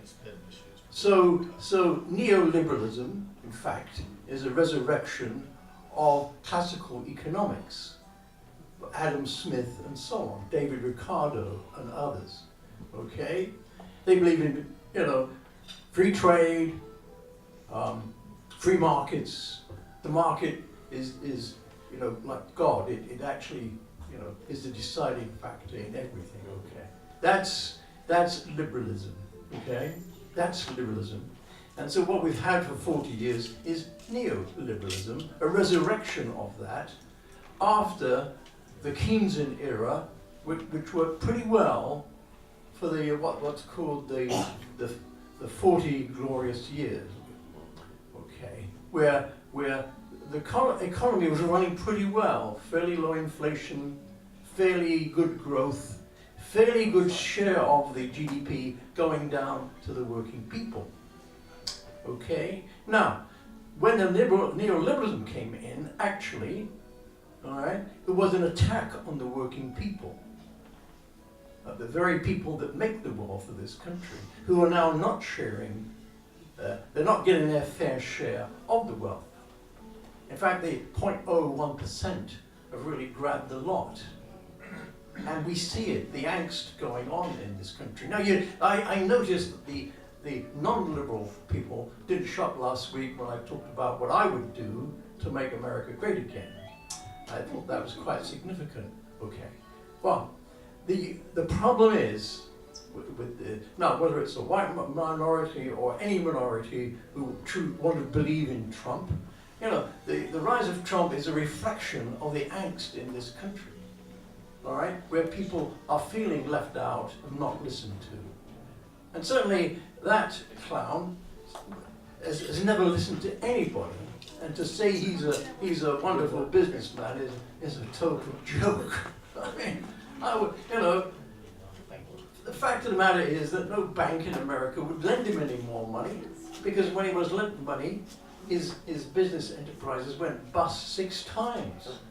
6 times. 400 of them. Yeah. Oh, yeah. Well, but so he had to turn to Deutsche Bank, okay, who was laundering Russian money. And that's part of the reason why he's so in love with Russia and the criminal class in all the Russian spin-off republics, because those are the people who he hopes to get some money from. I mean, a broken down. I mean, we had Ronald Reagan, who was a broken down B-movie actor, and then we get Donald Trump, who's a broken down reality TV presenter. I mean, I think the world has lost its senses in its sense of proportion. And so, I find, and actually, I must say, actually, I would like to see a party, any party, that really supports the average American worker, actually. That's what we really need. And I really have not seen it in either party. I mean, the problem is that everything is awash with big money, and when you're awash with big money, those are the people you answer to, and that's what we've seen. So I think we need a proper democracy where really the ordinary people get to have a good say in what goes on. And the fact they don't, I think, is the way this system is set up. Where you know, the last general election, cost $10 billion to elect the president and the Congress. $10 billion. And as I said, in England, similar thing, similar set, 1% of that gets spent. In Japan, it's 0.1%. And so when you have this huge amount of money needed to get this gang of idiots elected, I mean, that's what you get. You get people beholden to the money class. And they really don't give a damn about it, you know. The wholesale loss of jobs, the wholesale deindustrialization, the huge federal deficit, the huge trade deficit, it goes on and on. And this neoliberalism, you know, I'll call it, it's actually neoconservatism, and not neoliberalism in fact, to use the proper terminology in economics, you know, has been a disaster for this country. And I'll say it again what I said before, greed ruins everything. And we've seen in this country greed on steroids. Yeah. And unless this greed is somehow challenged, and the people that profit from this are truly held to account. I mean, I like to see the women's, you know, who put out the program, the platforms of parties, you know, Women's League of Women Voters, I think. They should hold every person who stands up there and lies to the public to account. Okay, you said this and look what you've done. Look at the votes you've made. Now that's what they should do, really. So I mean, I'd like to see a true accountability. And these people that, you know, this cozy money club where they leave Wall Street, they go to the Federal Reserve, they go to the Treasury, and they go back again. So the runaway criminal banks fleece everyone. So I really don't care if you're conservative or liberal or what the hell you are, but there's such a thing in life as really loving your own country and wanting it to prosper. And when you put in place policies that really degrade the country, that drag down democracy, that drag down decency, okay, the country won't prosper, and it isn't prospering. It is not prospering. So I think, you know, we should have some more common decency in the way we think about each other. And to say this country is a Christian country, no, it is not. It is not. Because otherwise, if it were, it would be run on a totally different basis, okay? This greed, corruption would not exist. Because when you care about other people, then the country prospers.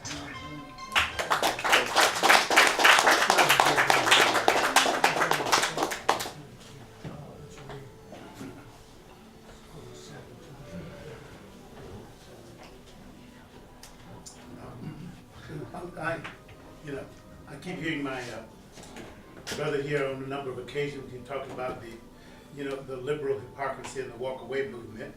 No political party has the corner on the truth or the answers for everyone. Personally, I'm an independent, but he seems to think that hypocrisy is something that's unique to Democrats and liberals, and just that attitude itself needs some serious research and adjusting. I mean, you have to have complete blinders on to just think that people walk away from the Democrat Party, but what are they walking away to? You think it's better to go with Republicans right now? And our speaker pointed it out earlier. You would be raising holy hell if President Obama said something like that. He could shoot people on Fifth Avenue and then still not lose any supporters. If President Obama met with 2 Russian ambassadors or people from the Middle East in the Oval Office, only allowed Russian reporters to be there, barred American reporters there, Fox News and the rest of these hate-mongering bigots like Sean Hannity and others, and that fear-mongering station would go berserk. If President Obama met 4 times with Vladimir Putin in private, no one else knows what his conversations were about.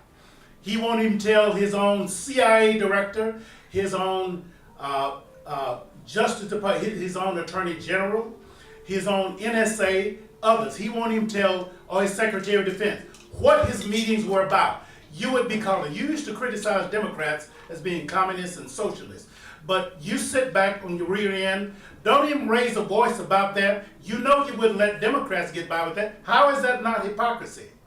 And he's met 4 times with them.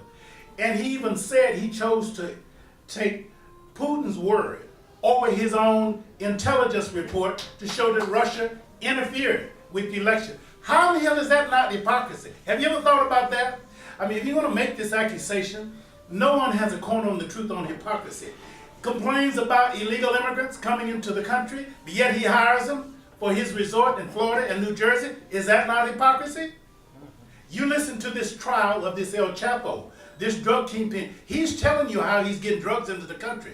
230 tunnels beneath the wall. How the hell is the wall going to stop that? 2,000 miles of the border. Most of it has a wall on it already. Just need to be repaired. 3,000 vacancies on the police that guard the border. That's where you need the money from. Is it hypocritical to say that you're going to make Mexico pay for the wall? Now you're trying to get taxpayers to pay for it? Is that not hypocrisy? I mean, I could go on for the next hour. You know, it burns me up with this cheap, petty stuff. And then you shoot yourself in the foot and then blame it on somebody else. This tax law, wait until April the 15th. 8.2% of Americans now realize they're paying more, and their tax refund is much less than what they thought it would be. Last year I got a big refund using the same deductions and stuff. This year I got to pay a few more dollars. So how in the world how can you say that? With this tax law, didn't even close loopholes on wealthy people. Warren Buffett in 2016 made over $700 million in profits, stashed them overseas. Took $8 billion in losses here in America. How is that? Do Republicans complain about that? I mean, on down the line. With voting fraud, you know, as our speaker pointed out, in the 1990s, even Republicans voted for the voting rights extension. But you realize it was wrong when we had the first black man in the Oval Office. Now you think we need voter ID laws. Have you ever heard about what's going on in North Carolina now? Have you taken a look at that? That's not Democrats. You talk about stacking ballots. Did you read the dadgum papers about what our Attorney General here did? Put out a list a few weeks ago of 60,000 illegal immigrants on the vote, supposedly on the voter list. Had to retract every one of them now. An investigation going on. That was proven a lie. If Democrats did that, you'd be all over this. I mean, you talk about voting fraud, election fraud. The only time you think it's necessary to come up with a voter ID law is when you have a black man in the Oval Office. You put out a list of 60,000 people that you say are illegal immigrants voting. You turn around and your own Republican Party had to meet. And one of them on that list was the head of the Republican Party in Fort Worth. I mean, your own people was on the list. You talk about hypocrisy. Listen, can that noise, I don't care who are walking away from the Democrat Party, you are more stupid if you walk across to the Republican Party and think that's it. You going from one dadgum jail, you going from one maximum security prison to another. How is that improving yourself? And I listen to some of these idiots, some of the African American conservatives get on here, shoot themselves in the foot with all of the nonsense. Again, you talk about ISIS and Islamic terrorists. If a black man or somebody from the Middle East walked into the churches, did some of these mass murder shootings, just like this idiot from the Coast Guard, an angry white male, white supremacist, who's been a member of the Coast Guard. He was planning a massive a massive mass murder through the world using chemical weapons and things like that. I'm sure many of you have heard about it. Have you heard about that story on Fox News? He was a member of the Coast Guard. Donald Trump, if that had been somebody from the Middle East, did that, how much coverage would that have gotten from Fox News or somebody else? And he was planning to kill everybody in the Democrat Party. You think you heard that on Laura Ingraham's show? Sean Hannity? Did Dr. Jeffers speak about that? I mean, or anything like that? I mean, where is it? If you want to solve the illegal immigration problem, then just punish employers who hire them. Absolutely. I mean, it's easy overnight. Punish employers who hire them. I mean, if there are penalties on the books, just punish employers who hire them, and you get rid of it. We don't mop the floor and leave the faucet on, or clean out cobwebs and leave the spider there on any other policy, but we do this immigration policy. You know, if you want to solve it, just punish employees who hire them, force them to hire citizens, and give them a decent wage. Get Walmart off the welfare roll, off the corporate welfare roll. You want to talk about hypocrisy? You blaming Democrats for increasing poor people on government handouts? Well, look at what you're doing with corporations. Walmart, the wealthiest company in the world, can't even pay people, living wage. Pay them $12 an hour. They wouldn't even be eligible for food stamps and welfare. Look at what was said about Amazon. They made what, $11 billion in profit last year? How much money did they pay in taxes? Zero. General Motors, how much money did they get back? Jeff Bezos, $11 million in Amazon profit. Not 1 penny in taxes last year. You don't have to cut the corporate tax rates for many of them. They don't pay the taxes anyway. How have Republicans moved on this?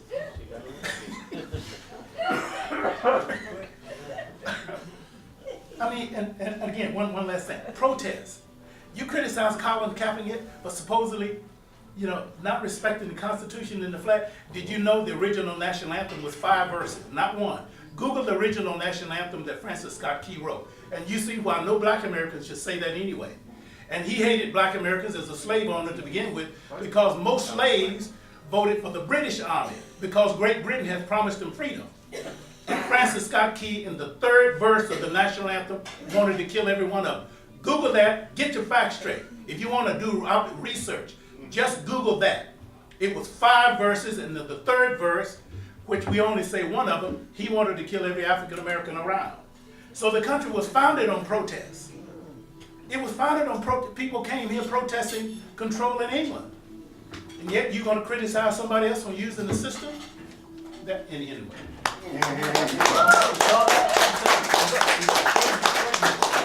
Tell us how you really feel. Hold on. Accused of not giving facts. Excuse you, hold on. We got one more? Oh, I thought she was gonna talk. She got up. Do we have any other speaker before you go a second time? We need to confirm. Anybody else want to get up and speak? Okay, but you're going twice as well. What did you say? I was going to say that you want some facts. As far as global warming goes, the sun has been more active since 1940 than in the previous 1,150 years combined. Cite your source, please. What's your source? This is NASA. Mercury, unexpected polar ice discovered, along with the surprisingly strong intrinsic magnetic field for a supposedly dead planet. Venus has a 2,500% increase in auroral brightness and substantive global atmospheric changes in less than the last 30 years.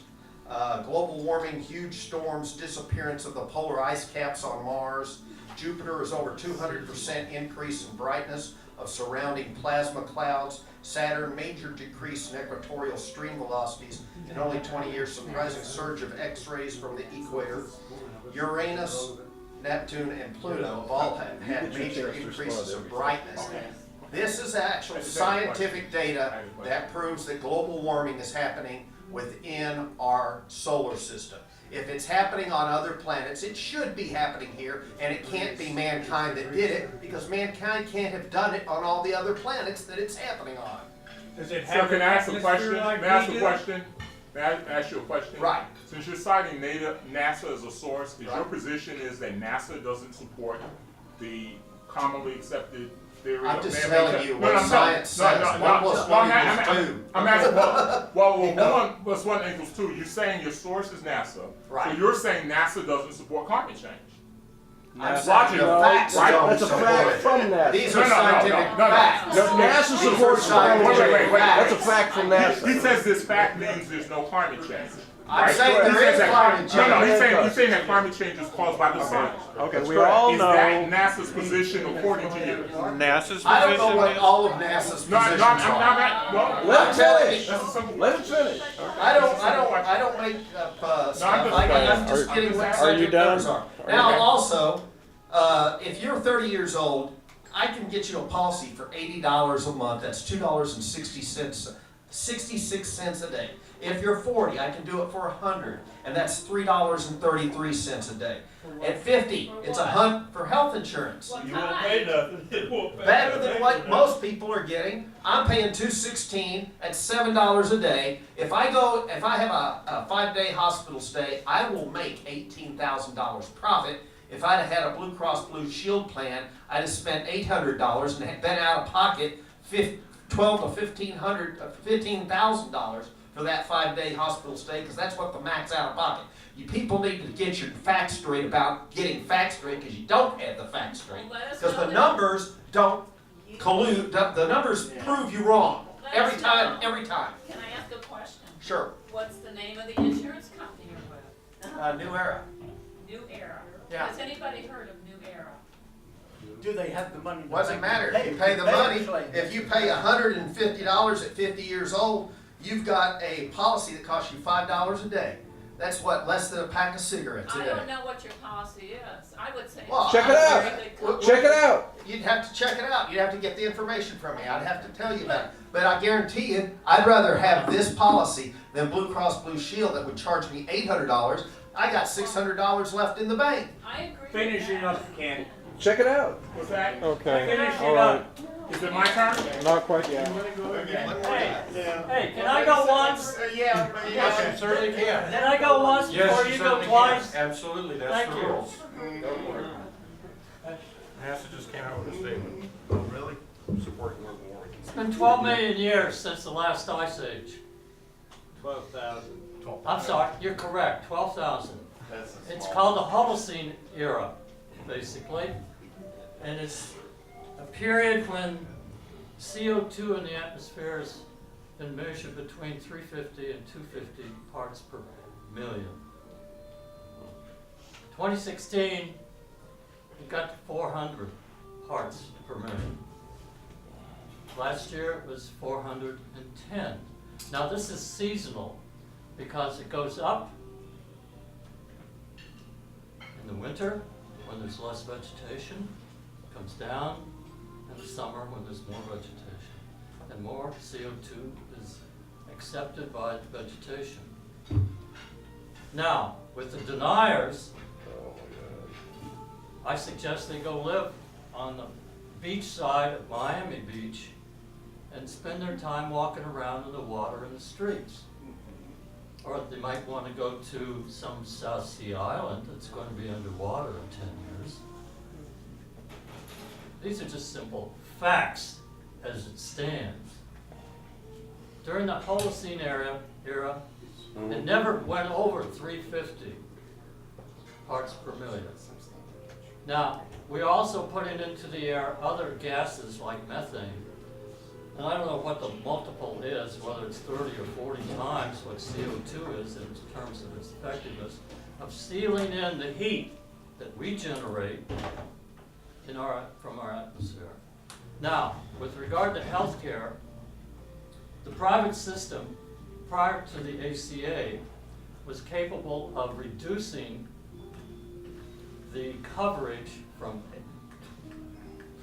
80% to 78, 76, and Wall Street would respond by simply bidding for those stocks because of the lowering of the costs that they were expending to pay for the coverage that they had.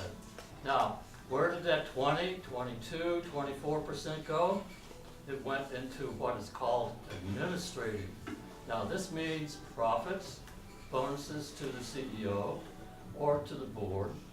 It also meant a reduction generally in research and development, but marketing went up because that's what you're seeing more on TV, for example. And also the marketing included a great deal of representation. I'm sure you're aware of and know about the reps that go out and see the docs when they want to sell a particular pharmaceutical or a medical instrument or something like that, that is directly related to the health care that you receive. ACA came in and said, okay, if you spend more than 20% in administrative, you're going to have to rebate that to your customer, that is to the person that you're insuring. That's where the 20% comes in and how effective it is. Which leads me then to Medicare for all. What's the administrative cost for Medicare? Anybody know? 3%. 3%. Okay? There's no CEO bonuses in this. There's no profitability in this with Medicare for all. It happens to be administered, run by people who have a belief in the mission of Medicare is to provide health care, good health care, to people in the United States. It's not for their profitability by a bunch of greedheads, basically. There's a difference between somebody who serves the government with a mission to deliver a good product to the citizens of the United States as opposed to somebody who's in it for the money. Thank you. The average cost of stay in a hospital is more in a non-profit hospital than a for-profit hospital, by about $1,000 They don't a day. exist anymore. Non-profit hospitals make a profit. It doesn't matter. First off, I'm new here. Thank you for having me. Thank you to Jeff for inviting me repeatedly until I finally said yes. Thank you for coming. I came especially for you. Yeah, I'm a little taller than the mic is. I want to go back. Who's kind of native Texan? Anybody? Been here a long time Democrat? I heard someone say that the Democratic Party is all liberal and we're ideologically narrow. Okay, those of you who go back a long ways, do we remember who Sissy Farenthold was? Yes. Okay, do we remember who John Luke Bryan was? Yes. Yes. Okay, and what happened to the anti-intellectual, religious, extreme part of the Democratic Party? The Republicans recruited them. Yes. They left. They left. They left. Okay, so did we become ideologically extreme and force them out? No. Or did they leave on their own because they couldn't have their way anymore? That's Okay. 64 when the Civil Rights Act was passed. yes. Okay, and then 70 and 72 as I remember. Okay, the other thing I note, and I find these disparate topics actually being about one thing, if we think about it. And that thing is, if the facts are fine, as long as it doesn't require us to change. Okay? If we have to change what we're doing in regards to the environment, if we have to change that social compact along races, along classes, and create something different than we've had to create in the past, right? A different social construct that calls for different power sharing. Oh, except no, we can't do that because the facts are now inconvenient because now we have to change. And we don't want to change. We like things the way they've always been. So I'm hearing all of these disparate topics, but actually they're all the same thing. whether we're talking about we don't want to change, so we want to govern from a minority because we don't want to change our philosophy. We don't want to have to change the way we live in our hydrocarbon world because that would require us to do something different, and we're not really comfortable with different. So let us just remember what's really going on. Is all of this obstructionism, whatever it is, in social progress, in the environment, is it really that we disagree on the facts, or is the bottom line, we really just don't want to change?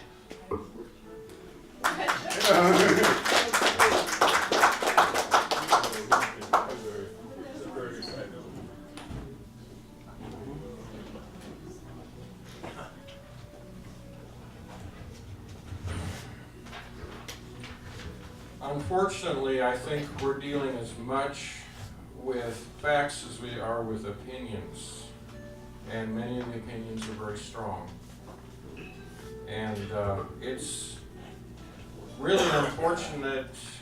I mean, this forum right here is it's fundamentally a free speech forum where everybody gets their shot at it.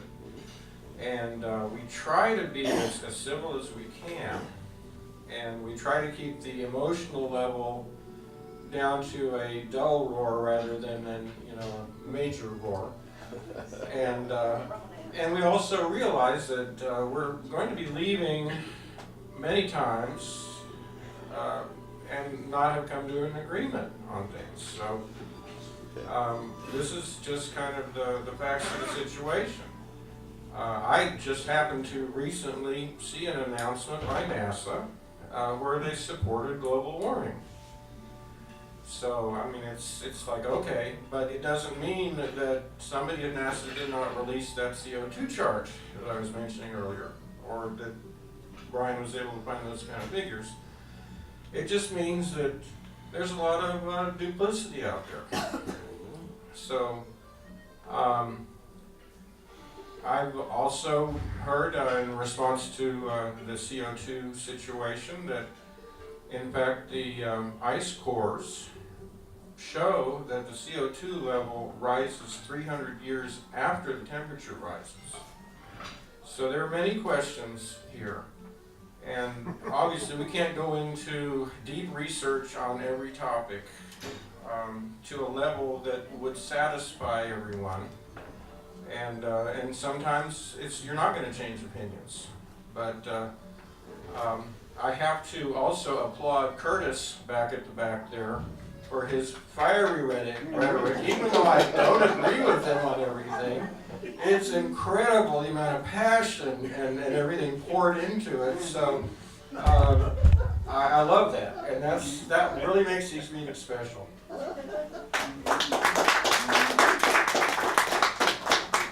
Well, you didn't give me enough time to sit down for a moment.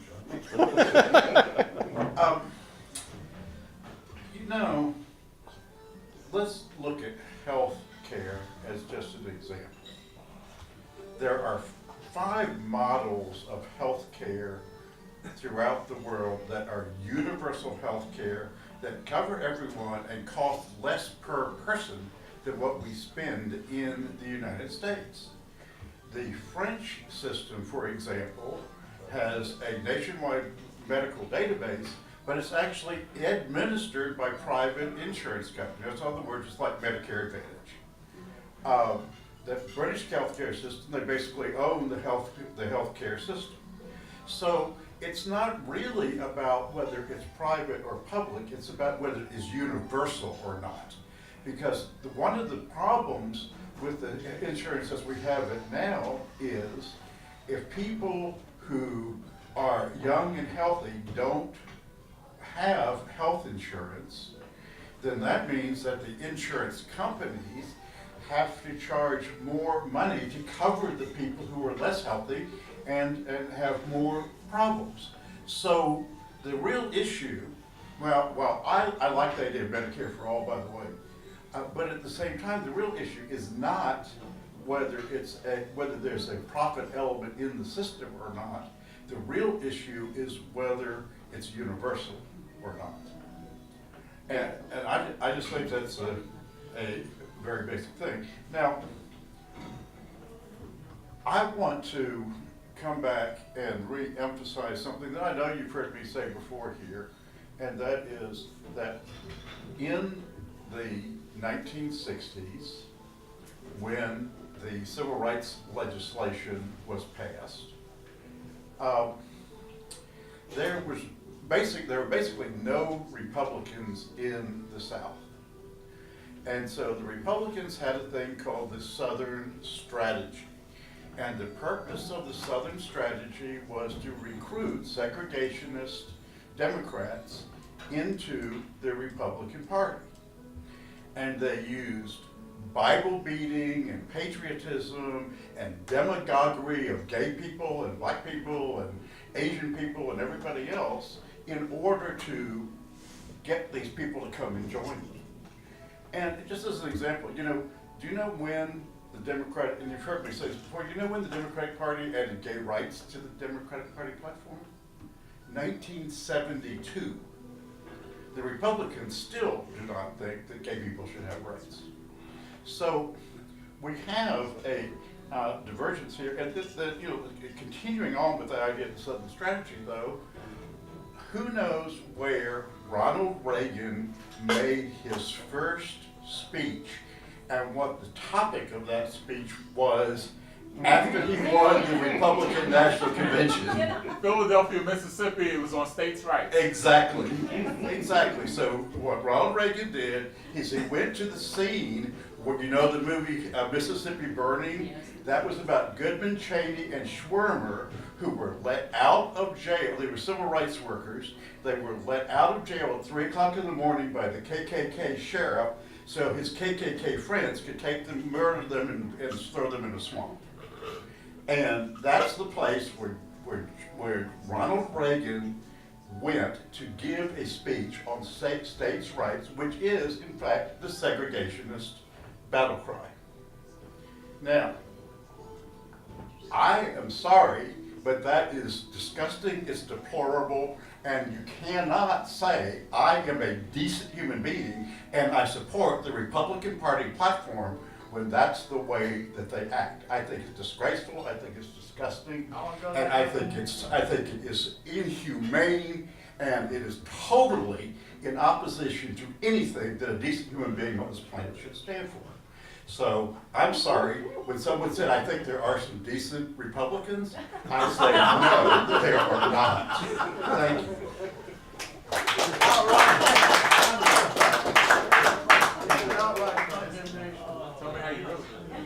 I think most of us here, you think our Republicans are just anti-Democrats. We're not really Republicans.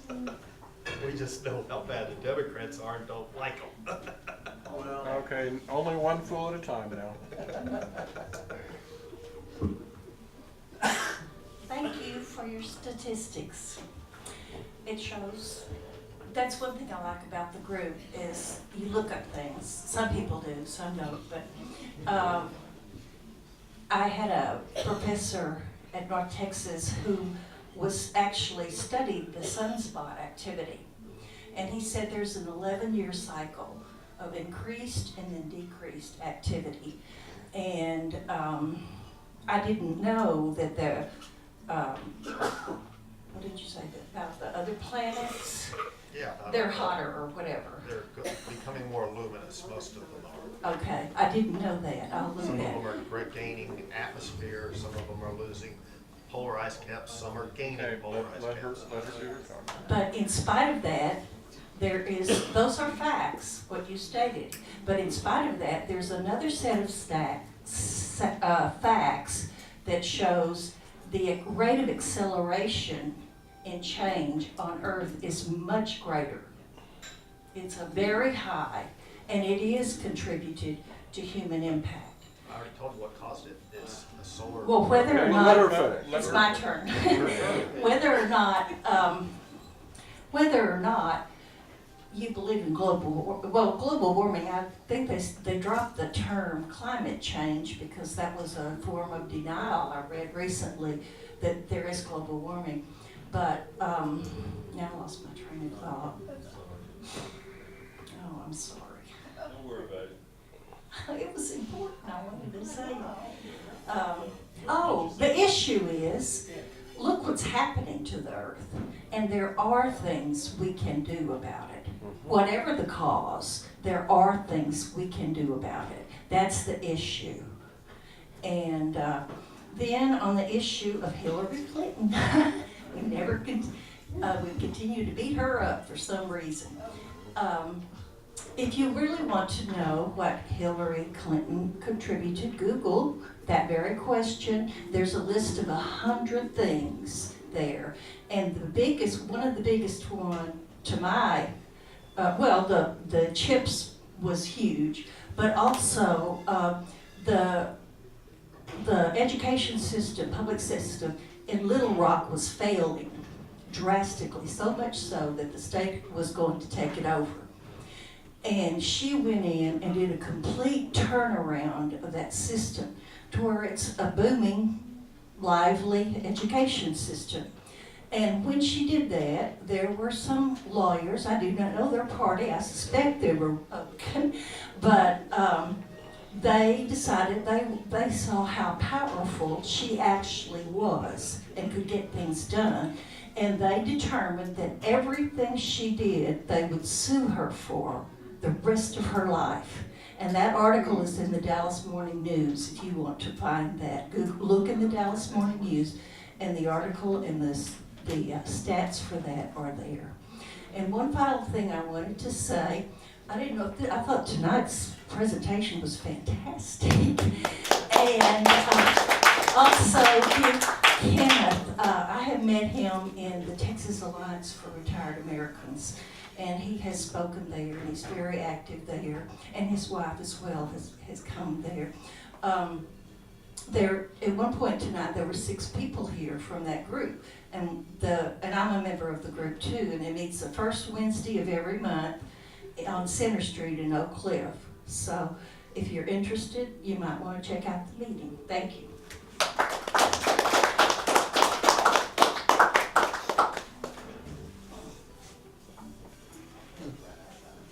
Not yet. I'm the last one standing. All right. We're getting close. Anyway, I want to thank our speaker for doing a great job. He's got notes. I gotta thank our speaker for doing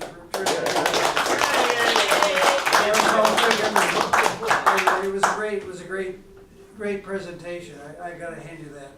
Anyway, I think that we have met the enemy, and it is us. Our nation is $22 trillion in debt and growing. Why is this? Some U.S. corporations have become multinational corporations and have physically left our country and left our populace with nothing, and where labor and environmental costs are far cheaper. We lose the jobs of production, we eventually lose research and development as it follows production, and we pay more for products, transportation costs, etc., from these relocated corporations. Taxes to our government are far diminished, the investor class gains, and everyone else suffers. Carried to its logical end, progressive countries suffer, non-progressive countries are exploited, nationalistic rebellions ensue, such as Brexit in progressive countries that are now being exploited, and everyone else suffers as we wander around swatting at snowflakes in search of solutions. That's where we're at. I think that one of the things we have not looked at is we have a Democratic Party that Bernie Sanders ran the last time. I supported him, and he didn't make it. And one of the reasons he didn't make it is because the Republicans bashed him to death on how you're going to pay for these different things when we got all this debt. And if you really look at our world, machines replace people, machines don't pay taxes. That's our basic problem. And we need throughout this world does this happen. And if you go back in history, 1938, they shortened the workday in this country from 10 hours to 8 hours, and they shortened the work week from 60 hours to 40 hours. They did not cut the pay. They got the same take-home pay in 8 hours they used to make in 10 hours. It was a federal law, not a state law. It only affected interstate commerce. And within 5 years, big business and labor went to each state legislature, put the states on a shorter workday because misery little company wanted to eliminate their competition. That's how we had the 8-hour day and the 5-day work week, and that's how the rest of the world followed. That's also one of the reasons we were able to survive World War II, if you think about it, because we had women join the workforce they never could before, and we had an economy that worked. We came out of the Depression, and this is what built this country, and this is how we survived for many years. Well, today we're in the same situation again, and we're not looking at it. Machines replace people. Machines don't pay taxes. That's part of our problem.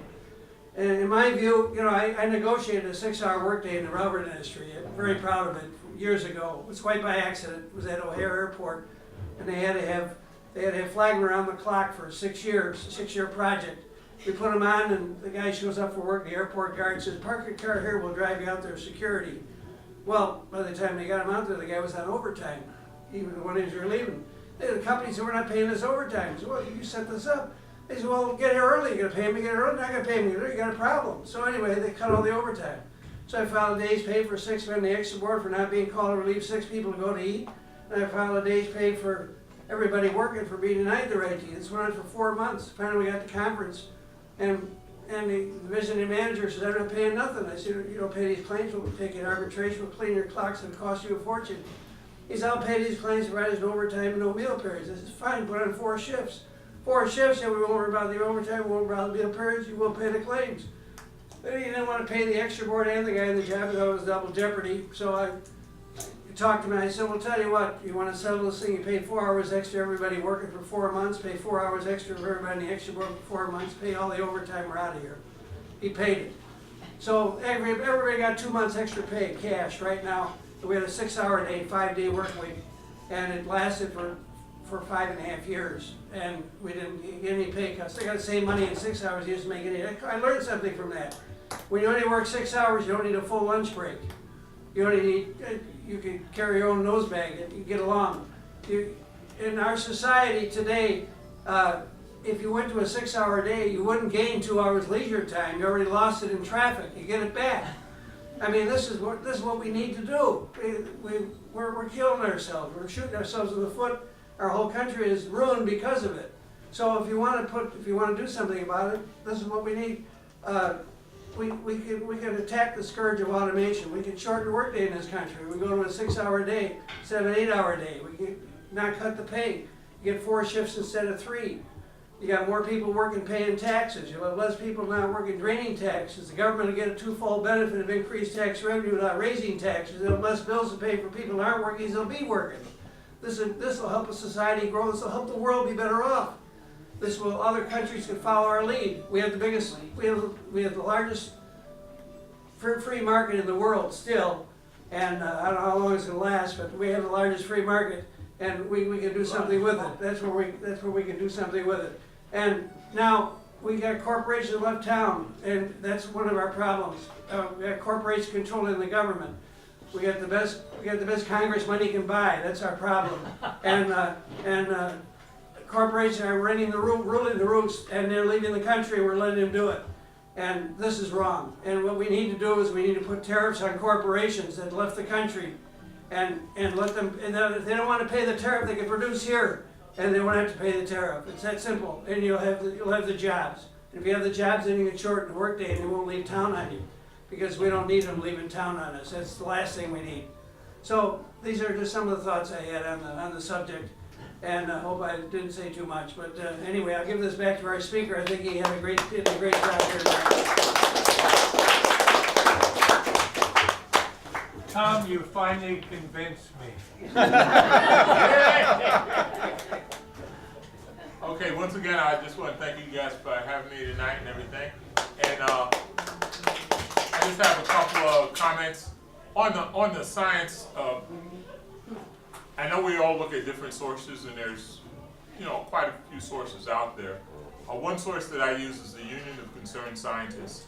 What they've said on radiation from the sun is that not only is it not higher right now, it's actually somewhat lower, and that except for man-made climate change, the temperature of the planet Earth would actually be going lower now rather than higher, because this is not a period of increased radiation from the sun. According to that source, this is a period where the radiation from the sun is actually somewhat decreased. And so what has driven climate change, according to, again, what I think is a commonly accepted theory among most scientists, not the 31,000 that you guys know on the website, but all the other scientists, including the scientists, there's not a national science academy on planet Earth that doesn't believe in climate change. It's not one, not in the whole planet. You would think with that many scientists on this website that they would control at least one national science academy that would support the position they're making. But there's not one. There's not a single one on the entire planet. And NASA, the National Weather Service, the US military believes that climate change is a problem and that they are also including in its plans in order to deal with its mission going forward. Let me tell you somebody else who's taken action on climate change. I'm going to tell you two interesting parties that have taken action on climate change, even though they've also been part of the denial effort. One of them is oil companies. Oil companies finance people who were doing anti-climate change information, but at the same time, they actually raise the platforms that they have for oil drilling in the oceans. See, now, one thing I was taught as a child is that actions speak louder than words, right? So when people tell you they believe X, but they take actions in another way, it tells me that maybe they don't believe what they're saying, because they did take action to raise those platforms. Let me tell you another individual who did that. Our president, out in his golf courses in Scotland, he took actions in order to protect his golf courses from the rising seas that were encroaching that particular area. He took actions. Now he gets up and tells people it's a hoax all the time, but he didn't use that idea for his golf courses. So again, don't go necessarily all the time by what people say. Look at what they do. It's interesting that among American conservatives, there are people who believe in climate change denial. One interesting thing I note about that is that they are the only political conservatives in the world who do this. In Britain, the political conservatives, they accept the science of climate change. In France, in Germany, and all these other countries. American conservatives are all by themselves fighting this battle against all of the rest of science. Now, unfortunately, and again, this is not to dismiss what you guys are saying, but I don't think this is a fight among scientists. I believe it's a fight between politics and science. And here's what happens. Whenever there's a fight between politics and physics, physics wins every time. And that's why. But thank you. All right.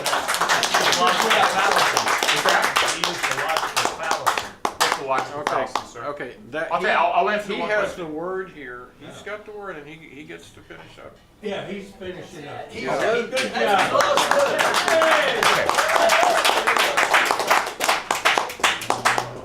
Well, that's it for tonight. They kick us out of here at 10:30, just so you know. And our speaker's here. We want to talk to him. But our formal meeting is over. We'll see y'all next week.